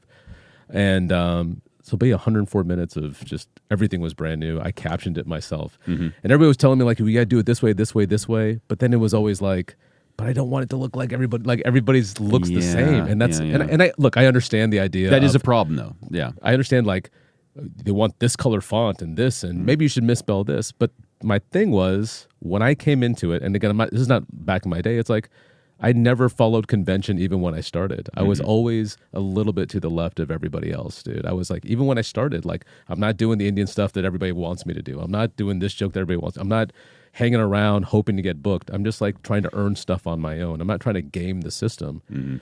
I don't want to be like everybody else doing crowd work. Like I'm just one of a million at that point. What I'm good at is I think my material is different than everybody else's. Even to this day, I still think it is. Yeah, you know? but if you're not going to do the clips, then what do you want to do? No. What I'm saying is like, so I did these clips. Oh, okay, so, okay. So when I did this, I did it twice a week for a year. I was literally from April 1st of, I can't remember whatever years so did it one went viral. So they started getting views every now and again. I started getting kind of hooked on looking at my phone of like, did it get this? Did I put it right? Checking the numbers. Did I put it on? I put it out at 12:01. It's supposed to be right at noon. Oh, I misspelled this. I'm like freaking out. Eventually, a clip goes viral in July, but it's not even my clip. It's a clip from my Helium special that was about to come out later that year. That when it got like 4 million views or whatever it did. Right? Nothing even related to what I was doing. And I was like, okay, maybe that'll build momentum. It got me 6,000 more followers on Instagram. And so then I'm back to still posting again, blah, blah. And nothing. It just, and I did it for a year. I was like, I can do this for a year, but I know myself mentally. I was hating what I was turning into, like checking my phone, checking my views. Yeah. Should it be this? And I edit my own clips. I do all that stuff. And I'm doing it now with the special. Every couple of days I'll drop something, but then it'll just kind of like just get lost in YouTube and just, which is fine. I'm fine with getting stuff lost out there.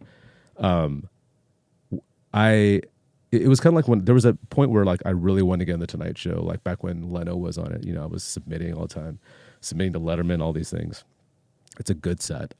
And before when I would submit, I would see people on there who would get on Comedy Central and stuff and be like, okay, I submitted, I didn't get it, but those guys are really good, so I get it. I'm not there. And then I got good, and I was like, wait, they chose that dude? Yeah. Then I was like, I don't even want to be on the show anymore. If that's what they think is good, I need somebody above me to make, you know what I mean? If that makes but any you sense. can't think that way, right? You got to think of like,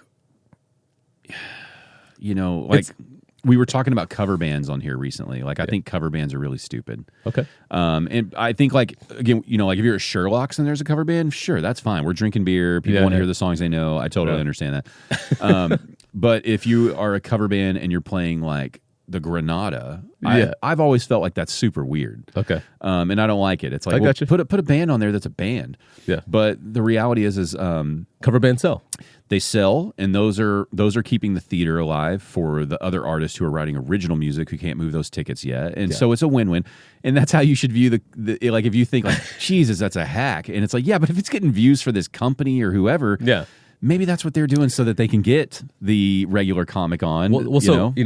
I know this from a club owner he doesn't own the club anymore, but he used to own a club in Austin. He would tell me, he used to own Cap City, that he would have one act a month that would sell out Wednesday through Sunday. Yeah. Just so he could lose his ass on people like me. Which I didn't take offense on it, but I get what he meant, and I don't take offense to it. I mean, look, my favorite comic is Kyle Kinane. I love Kyle Kinane. Thinks he's great. He's just now getting into theaters, you know. By the way, we drove up to Oklahoma just to watch him. He's awesome. Incredible. But Bricktown. Unreal. Yeah. There's no wasted words in anything he says. I don't know. I might have told you already, but we were just watching him weave through topics like abortion and gun control with an Oklahoma crowd, and they were on board 100% of the time. And they were not strictly Kyle Kinane tickets. Like these were people who just showed up for a comedy show also. Yeah.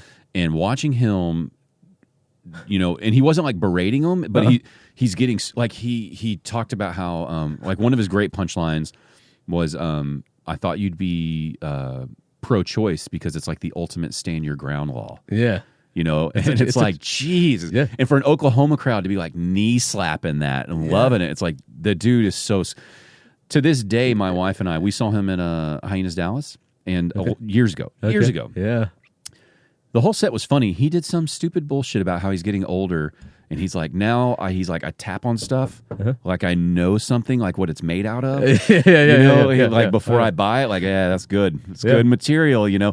But it's just his delivering way of doing it. So now, like, I swear to God, every time we buy a piece of fucking furniture, we're like, did you Kinane it? Did you check it? That's you know, so funny. It's like he's become a part of our everyday vocabulary if we're shopping for stuff. I'm sorry, I derailed you a little bit. No, he's incredible. Unbelievable. There's no wasted words in his set. He's super likable. smart as hell. He, and he's self-effacing. Like he's not self-righteous about it. But he even talks about like, I follow him on Instagram. We've worked together one time, so he wouldn't remember me. This is like one of the first festivals I ever did back in 2004. Me and him were the only two people that would talk to each other because nobody gave a shit about us. He used to have this. I mean, he just moved to LA from Chicago. Nobody cared. So me and him would just drink a little and talk. But we were both dorks there, But he even talks about like the game of like, okay, I'm just throwing this out there and none of you guys are going to care, but I'll be in London tomorrow, But what I'm saying is like, as long as I don't care about it when I throw it out, I'm good. But it's like, I was starting to care too much about, I mean, I even did it with putting out the clips for my special now, dude. I was like, I'll put it out there and I'm like, did it hit? Oh, it only hit like 800. I'm like, now I'm very good at just putting the phone away. Yeah. And I don't care about it. But I also don't want to turn to the person who's just mentally just shitting stuff out. Do you know what I mean? Like I want to put a little. I think my skill is I actually do think about the stuff I put out. I care about it. I think you. And I don't want to lose that part. I don't want to lose that side of it. If that makes any sense. I think you just got to align it with a goal. Like I want to do this year. So how can I use these clips for that? Not necessarily just throwing them out randomly, but like having a goal of like, okay, 2026, these are the things, and the clips are going to help me do this way. And whatever that's, well, Kyle Kinane, wasn't he kind of one of the original like DIY outside of the norm, his rise to fame? Yeah, rock venues and stuff. Because Patton Oswalt basically vouched for him. So he went on the road with Patton Oswalt, Gotcha. And so Patton kind of vouched for him. That's how he got on Comedy Central. And his Comedy Central specials are great. Yeah. Really sharp stuff. But he should easily be on Netflix. Easily. But he's not. I will say I'm very happy that the last special of his that I watched was done by 800 Pound Gorilla. Yeah, they've been putting out some good stuff. I think they do it better than Netflix. I really like Netflix, but I think they pick better comics. Well, I think the comics are better. Yeah. But also I think the production is closer to what a comedy experience should be. Yeah. I think I feel like I'm more in the room when I watch the way their specials are filmed. Yeah, it's super snug right here. It's snug. It's from angles that I would be at in a chair. Yeah. It's not perfection. Yeah. If you were a true theater act and that's where your best self is, then I think you should film in a theater. Yeah. But I still don't think you should have these massive look how famous I am shots. Yeah. I think you should try to make it very similar to what it would be like sitting in that theater. You can tell people headliners who haven't performed in a theater who are performing a special in a theater for the first time because they're overwhelmed by the space. We're going to film Michael Pasvar's. Yeah. And we're doing a theater. Yeah. But this is a smaller theater in Frisco, so it's not like we're not moving 2,000 tickets, I right? I got you. But that is one of the questions I had for him still. I was like, hey, this is a deeper, wider stage. Yeah. Do you foresee issues? Like, have you thought about this? And it's like just kind of trying to put it in his head of, I don't want that stage to freak you out or because there's only two ways to go. Either you're gonna if you're either gonna pace and use the entire side of the stage, which can look nervous. Yes. I need to walk here this many times, and I need to go back over here this many times. So Chris Rock talks about it like if you're going to do that, you have to keep your head up. Because if you ever notice when he's pacing, his head's always up. He's never looking down. He's like subconsciously when you drop your eyes or drop your head, the audience disconnects until you come back up. So if you ever notice, like Bring the Pain, his eyes are always I'll have looking. to rewatch it again. If you're going to do that. If you're not, and you just want to stand there and treat it like you're just a back door on a small stage, then you need to film it tight, like it's at a comedy club. Yeah. Because this much space is just going to looks odd. I think most comedy should just be shot tight anyway, of unless there's a big act. If you're Cat Williams and you're hopping on the stool and running around the stage, the full frame makes a lot of sense. Yes, of course. Yeah, but if there's a crazy backdrop, maybe. Yeah, that's what I think 800 Pound Gorilla is doing well. Yeah. I feel like a lot of people, and like myself included, it's like I'm trying to release more of these, but I'm still learning. So we're kind of starting slow here. But, I'm trying to learn like what suits the person.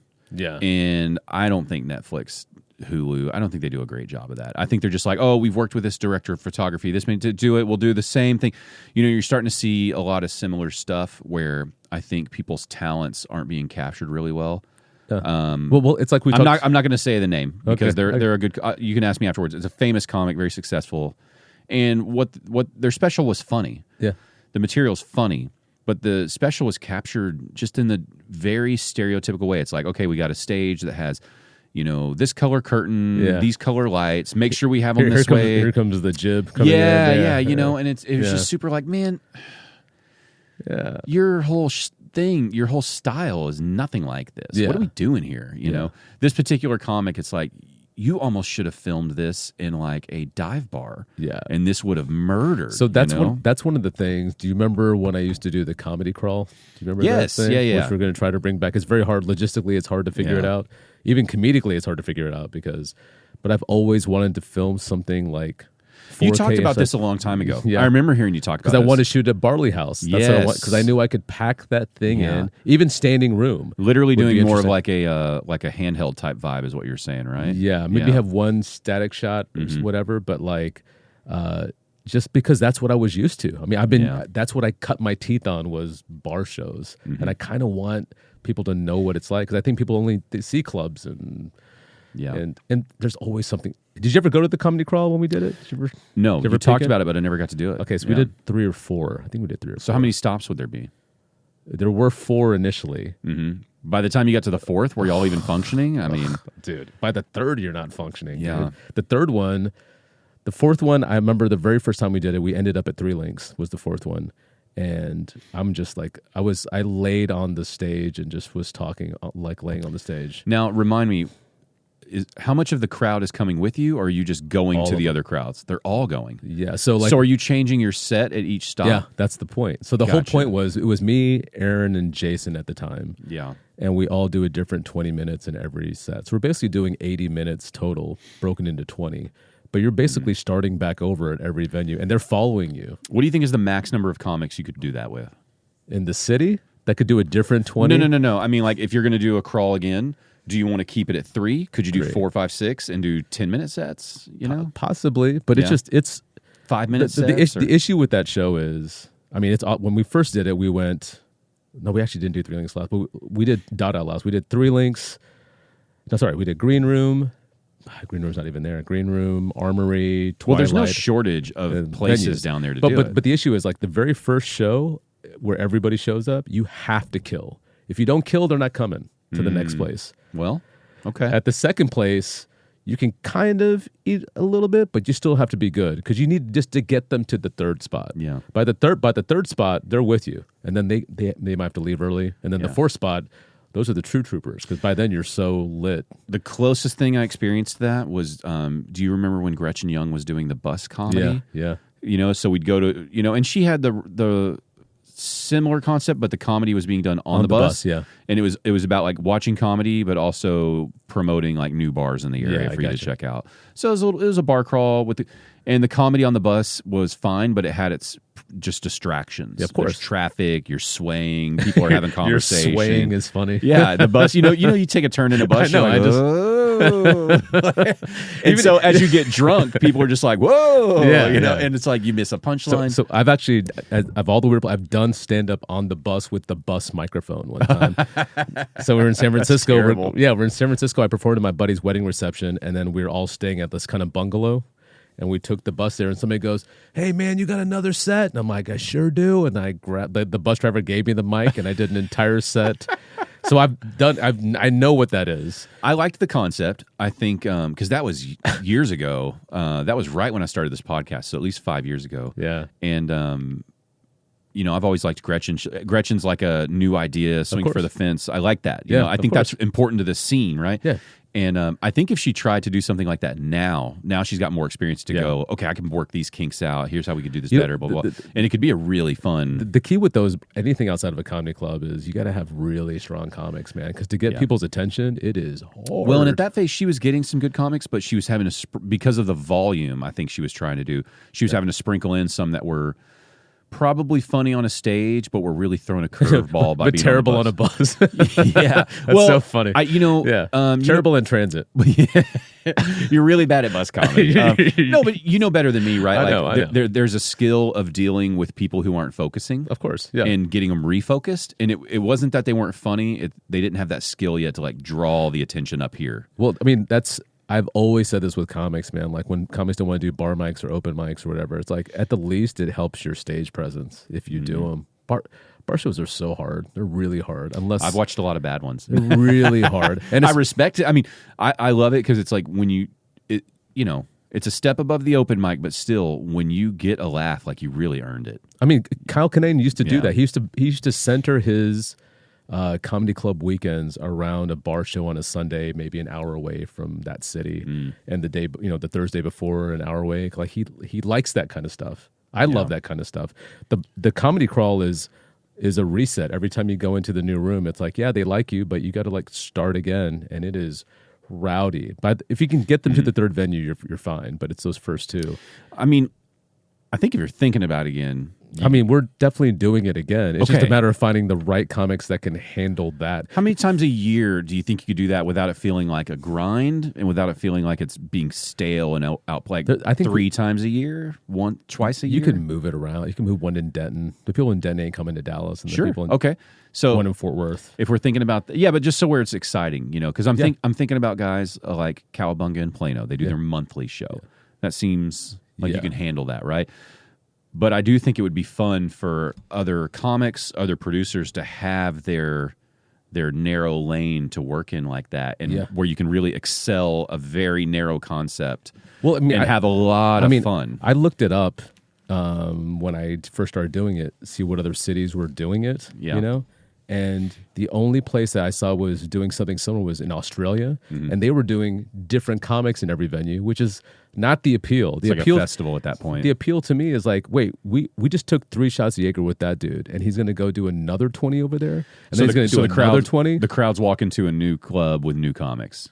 So in Australia, that's what it was. So the sales pitch for the crowd over there would be like, oh, you're going to see 15 comics tonight or something. You're going to see a different show over there, but to me, there's an energy of seeing the same guy do something different. Do 2 different, 3, 4 sets. Or 4 different ones at that point. It's a fun concept. Yeah, I mean, there's a lot of walkable areas around here where you can do that. Deep Ellum was awesome for us. It was really bad. Well, look, you could do Deep Ellum. You can do Greenville Avenue. Knox Henderson. McKinney Avenue. Well, I haven't been to McKinney lately. I think they're struggling down there, right? You can. Yeah. Bishop Arts. Sure. And then it's like, there's spots you can do it. Yeah. The bars are getting promoted. It's a fun thing for them. The hard thing for me is finding the comics. that's a really hard thing. Yeah, but I think what you said about Denton, it's like if you are going, okay, can we do the square in Plano? Can we do the square in McKinney? Can we do the square in Denton, where there's going to be at least 3, 4 spots? Yeah. I think that would be doable. And then it's at that point you don't have to find a real wide range of comics. You can get a smaller range because you're going to different areas at least. And I'm talking about like, if I'm doing a different 20 for 4 venues, I would like the other guy to be able to do a different 20 too. That's what I was saying. Maybe it doesn't need to be 20. Maybe you're doing 10. Yeah. All of a sudden, I mean, because how many people have 40? I know. How many people have 30 for that matter? And a bar 30 is a club 50. But this is something I've been thinking about a lot. And that's something very unique that would be so unique to Dallas because nobody else is doing it. Here's what I think might be more important that you're not thinking about. That the reason why you should do it, and it's one of the things I'm trying to understand if this is real or if this is just my perception.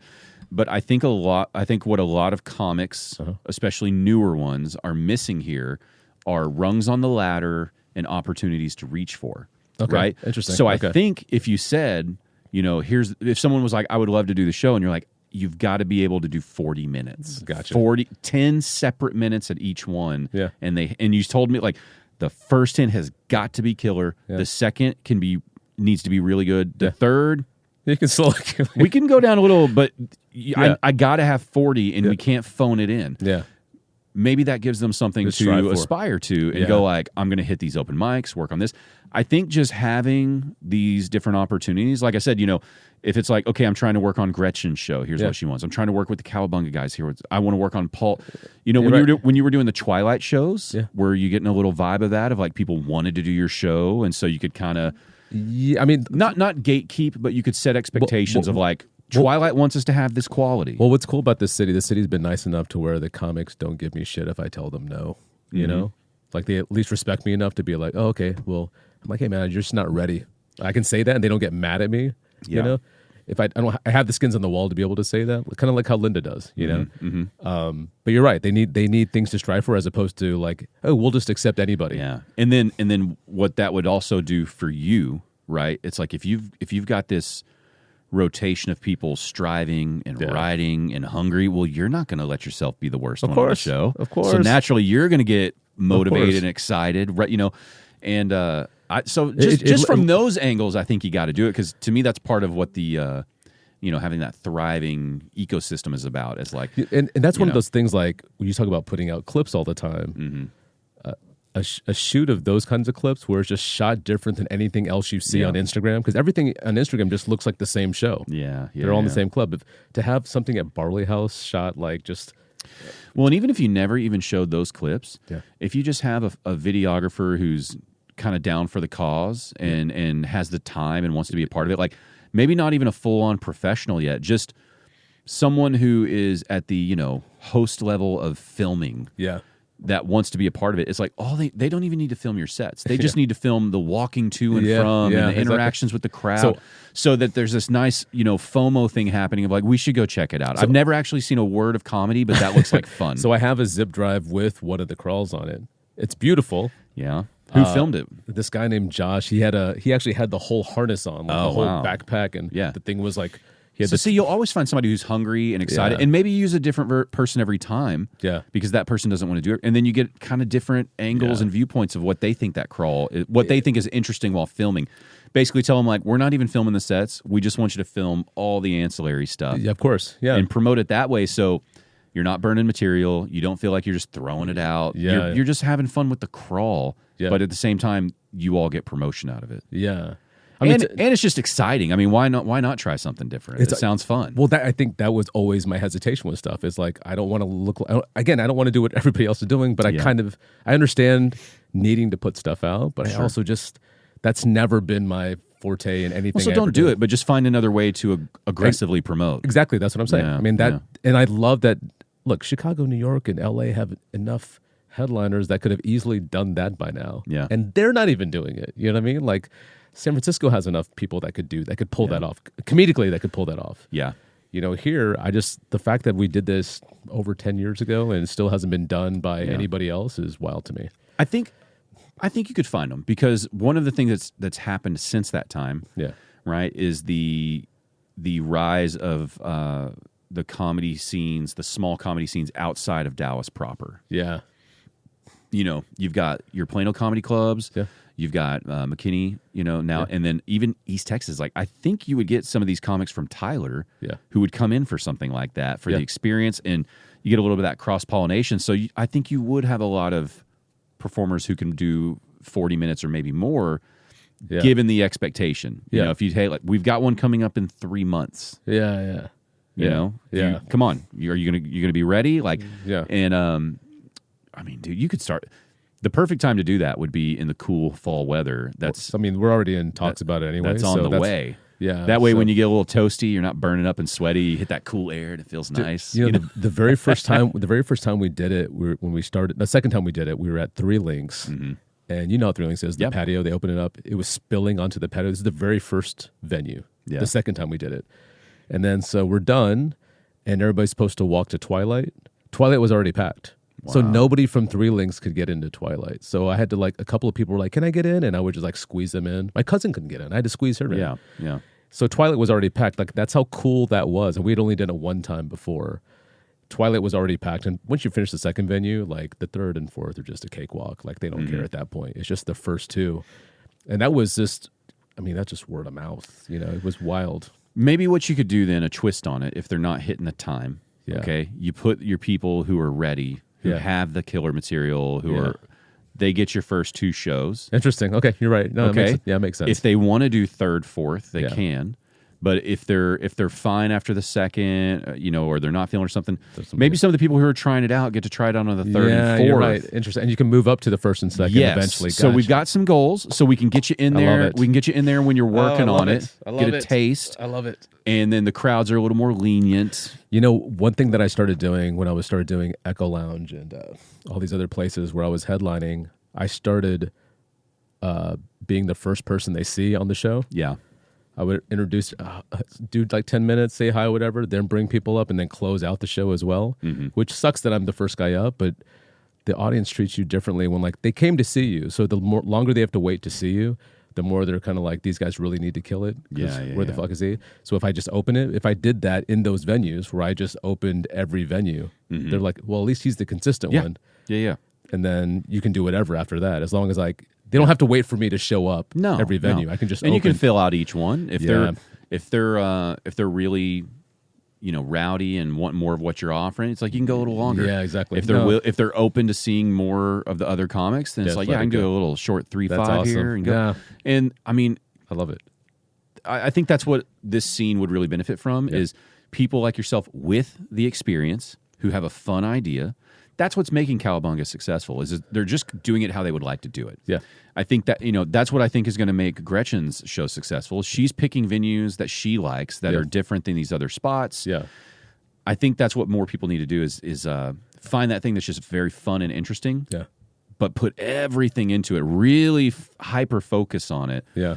And then it becomes this great farm system for comedy around here. It's such a great idea of like, because there's so many clubs here. There's so many clubs where you don't have to follow any rules. That you can just show up, go up, do whatever.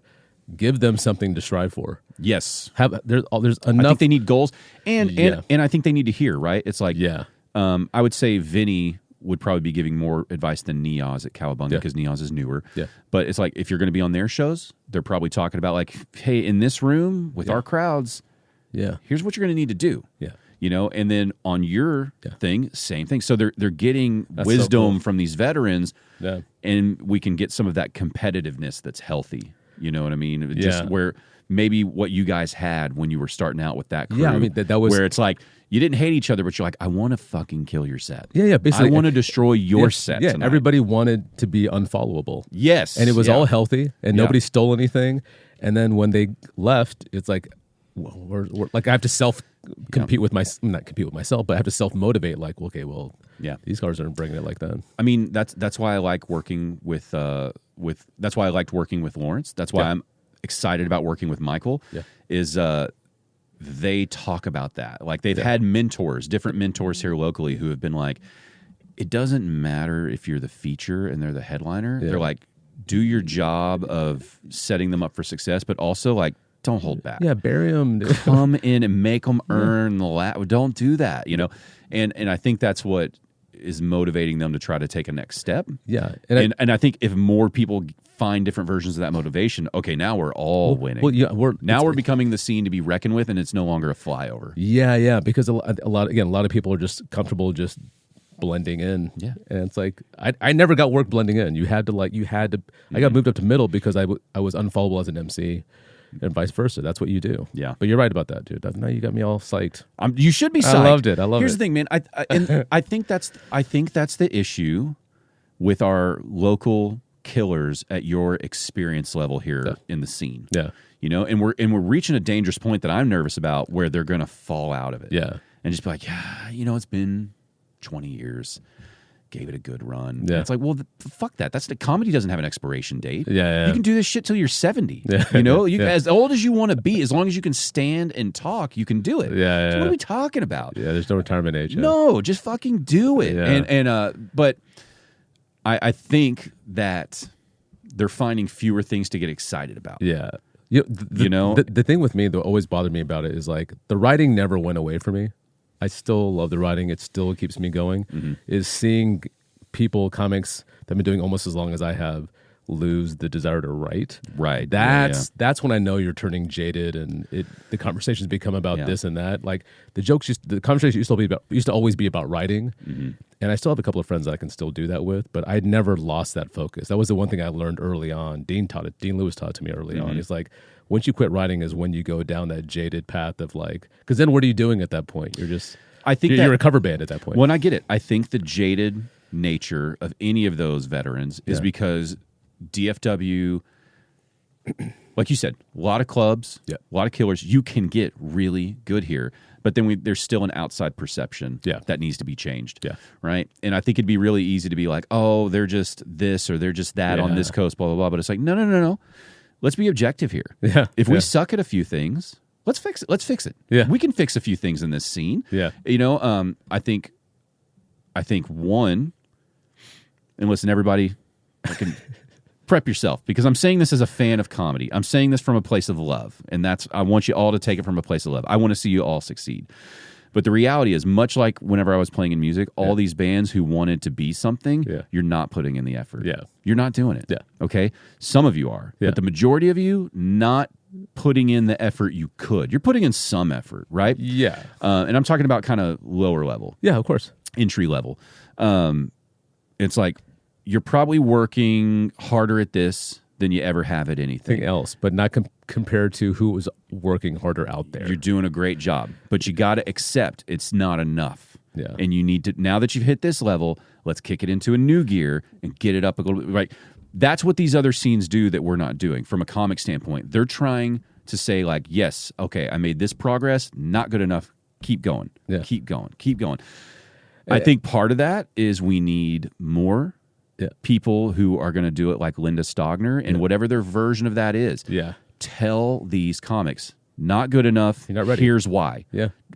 You know, not just you fucking suck, but like, I think you need to change these. Yeah. Come back on this day and try it again. Yeah. Right? Yeah. No, and I got to have those people, and I don't think we have enough of them right now. And I think the argument would be against that. They would be like, yeah, but when those people get upset, they jump on social media and bitch about the club not accepting. Fine. Fuck off. Well, no, you know, look. I agree with. Listen. I agree with like, that, but they complain about it. What career are you going to go to that you don't have a dispute with an authority figure or a boss of some kind? It's still a job. I know. It's a job. Exactly. And if you want to succeed, like, good luck. Do you know how many people are going to tell you suck and you're not ready? Yeah. It's part of it. Yeah. You know, it's like, do you want to be the person who's been doing this for 20, 30 years and then all of a sudden is the overnight success that is living their dream and making money? Yeah. Okay, can you take a little criticism? Yeah. Can you handle a little touch of criticism? Of course. You know, and so I think the problem is there's a lot of people in those positions who want to play nice. Yeah. And it's not doing them any service. You're not helping them, you're not helping the scene by being like, "Oh, definitely we can do that." Yeah. Constructive criticism, real opportunities. I think if you tighten this up here or there, or you get that out or whatever in our club, in our show, we can probably try that again on this date and see how it goes. You're still giving opportunities, but you're setting expectations, right? Yeah. Because we know those comics. We don't have to say the names. We know those comics who consistently host or feature at some of our larger clubs, and when you watch them, it's like, how have you sucked the life out of the room for the last 10 shows I've watched you at, and you're still allowed to step foot on this stage? Who's not once or twice? We get it. It happens. But I mean, there are some people I've watched 20, 30 times on one of the main clubs kill the momentum, destroy the momentum to the point where at times they've had to throw a guest person on real quick before the headliner to try to like pep it back up. How's that person getting opportunities? Yeah. I think it's because there needs to be a healthy amount of not necessarily gatekeeping, but every club should have its own version of expectations. Of course, and should be pushing these comics. Like you were talking about being put in these uncomfortable positions. How much did you grow? You know? Yeah, I mean, I don't understand. Like even doing the church last week. Right? Look, last night at Backdoor we had a private show for 60 Jewish women. They're part of a Jewish society in Richardson. That's completely my opposite demographic. They're all in their 60s. And I think most people will be like, well, what am I supposed to say for them? I don't know. No, they're people. In the end, they're still people. Yeah. And if I hadn't done 24 years of Boy Scout shows and all these weird shows, it would have freaked me out. I would have been writing on my hand. But I was like, no, I've been here. Yeah. But I don't know how many people have been there. And watching, and like you said, going to those Wednesday shows, watching headliners that at times were fish out of water as well and had to figure it out. Yeah. And you could see what didn't work, what did work. I think it's easy to get, especially with your cell phone. Yeah. It's easy to get stuck in your own world. Do your set, go outside and just look at your phone when you should be inside watching the starters. If you're a host, you're on the bench. Look at like the NBA. Like you can't be on the bench not watching the game. Why are you out? That'd be like you leaving the arena, and just looking at your phone. You can't do that. And so many comics, because of the phone, they're so. Back then we didn't have a phone, so we had to. Like, what are you gonna do? Like, I have to wait until he gets off. I have to sit here and. We were talking about it a little bit. That's always my gripe with improv. Yeah. I appreciate its contributions. I think it's very important to comedy. Nothing against improv. What I've always disliked about improv is the overwhelming positivity. Yeah. Okay? I think you should be professional. Yeah. Okay, but I don't think we should be falsely hyping people up.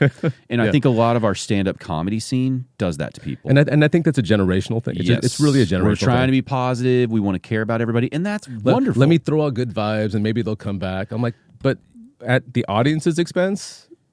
we know better just because we're older, right? Yeah. But it's like the love and support you get from somebody pushing you to achieve more is far better.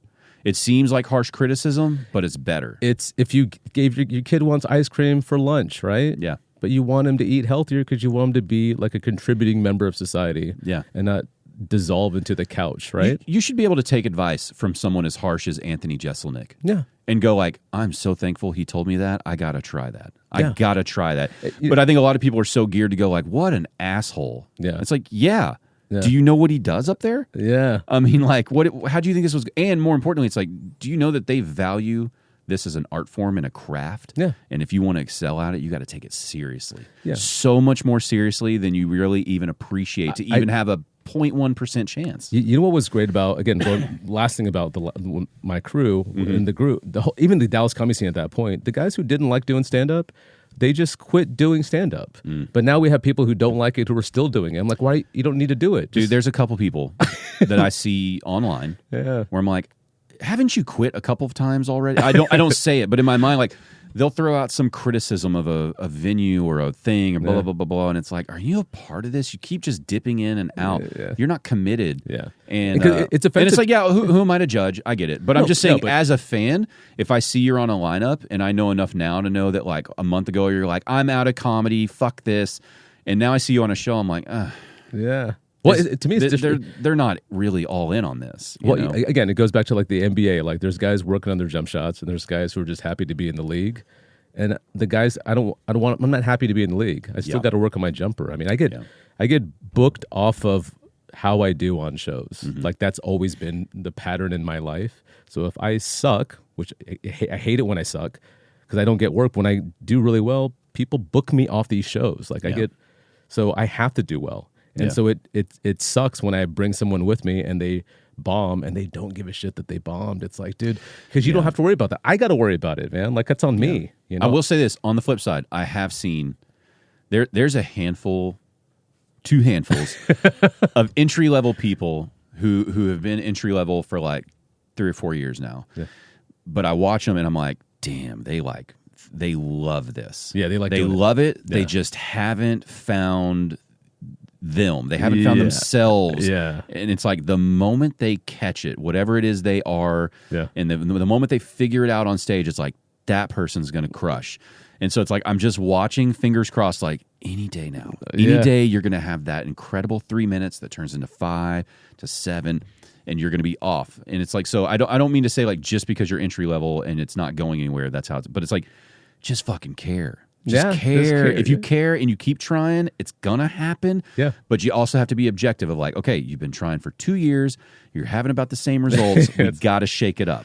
Yeah, you know, we got to change something. And it's so easy because the audience tells you it's immediate. You're getting immediate feedback. You know, at least with like Instagram, I'm not getting stuff on clips. I got like, wait, am I supposed to change the font? Yeah. Do I put it on at 2 in the afternoon or 4 in the morning? This is the audience is literally telling you that's not working. Yeah. So just stop doing it. It's so simple. And I think the beauty of y'all's field, you know, your craft is like you can absolutely, you know, bomb for a year of your life. Yeah. Okay, you could just be horrific and trying so hard, and it's like all it takes is, have you heard the new stuff? Yeah, and they're like, dude, the new stuff is good. Yeah, you have to watch it. Then it's like there's another thing that happened. Yeah. It's like there's always redemption if you want it. Yeah, you know, it just comes down to how much are you working on it. Yeah, of course. And so it's, you know, I think that would help. I think that's one of the many reasons why you need to do the pub crawl comedy. That's so cool. Is just to get that excitement and to get a little bit of that healthy competition back at it. Yeah, of course. Get somebody going, well, how did you get on that show? Yeah.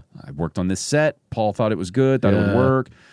He said, I'm only, you know, good for the 4th show right now. Let's see how it goes. Maybe get on the 3rd. Oh, that's cool. Yeah. I think that would be a nice little tier of things. Of course. And then I think, you know, like you said, the skills of handling rowdy, drunk crowds, and all, that's all going to translate to club work. That's going to help you. It makes club work so much easier. Yes. It's like training with what do they call it, with weights on, whatever. Yeah. You know, like you have like a lead vest on, and all of a sudden you take it off and start running, and you're gone. I would imagine if you destroy at the fourth show on the pub crawl, you're probably going to crush an opening at one of the larger clubs here. It's easy. You're going to destroy. You'll almost actually be waiting for something to happen, and nothing's happening because you're confident. Like you kind of own the room. You know, I don't know. I'm happy to hear you agree with that because that's one of the things I've just felt like with our scene. It's like I don't think we lack the talent. I think we just lack motivation. Well, I mean, and opportunity. No, you're right. I think we need. It's like I enjoy my podcast, but I would like to see people who are not comics promoting this in various ways so that comics also have other goals. I want to do this. I want to do that. Did you hear the other person who's doing this? Like we need people to write about it, make short clips about the show they went to, or you need these fans to kind of go nuts with it. Music has always had that. Yeah. And music will always have someone who's like, "Oh, I went to this show this weekend," and blah blah blah, and and it's like a thing they do. They're just a reviewer of some kind, and that's the other key piece. I think it's like comics got to work harder. The people who are veterans that know they got to start becoming the sharers of wisdom while giving opportunities to use that. And then fans have to get involved. It's like if you catch yourself going to 2 or 3 comedy shows a month, you probably like this more than the average person. Yeah. You should get involved. Yeah. You should find something to do. You know? Especially if you have a skill like photography or videography. It's like just go shoot some pictures and see what happens. Meet these comics. Of course. But I don't know. I hope I get you psyched about it. No, I want you to get psyched about it. it. That's just the beginning, man. This is like it's the liquid death. It's all the liquid death coursing through our I honestly veins. thought it was going to be bubbly. I've never had it. And It's just water, dude. Oh, dude. I just liked the idea of being able to recycle these instead of trash in plastic bottles every time I'm here, you know. Killing dolphins and stuff. Yeah, you know. They're going to drown off your podcast equipment when you throw it away anyway. Exactly. Everything in here will be in the ocean at some point. There's no fighting it. We'll be in the ocean, right? Yeah. Well, look, bury me at sea. If Musk can figure out these big rockets, we can start firing it into the sun at least. Maybe that'll be a little better. I would love a sun funeral, dude. A sun funeral? That would be dope. Cool, that would be so. I'll save up for that, dude. Yeah, That's something to strive for. You can be at my funeral when they launch me into space. Listen, I'm going to get you out of here. Okay. I appreciate your time, man. Thank you so much. Always a pleasure talking. I love you, bud. And I'm sorry. It's called Something's Going Around. Yeah, right. It's on YouTube. It's YouTube. fun. It's fun. I'm almost ready for my next one. So all right. And I'm more hyped about that one anyways. All right. And then other than that, keep out for Pub Crawl, huh? Of course, yeah. Look out for Pub Crawl. It's coming. Anything else you want to throw out there? That's it. Dude, thank you so much, man. Of course, man. The I'm a Fan of podcast, music, comedy, and more.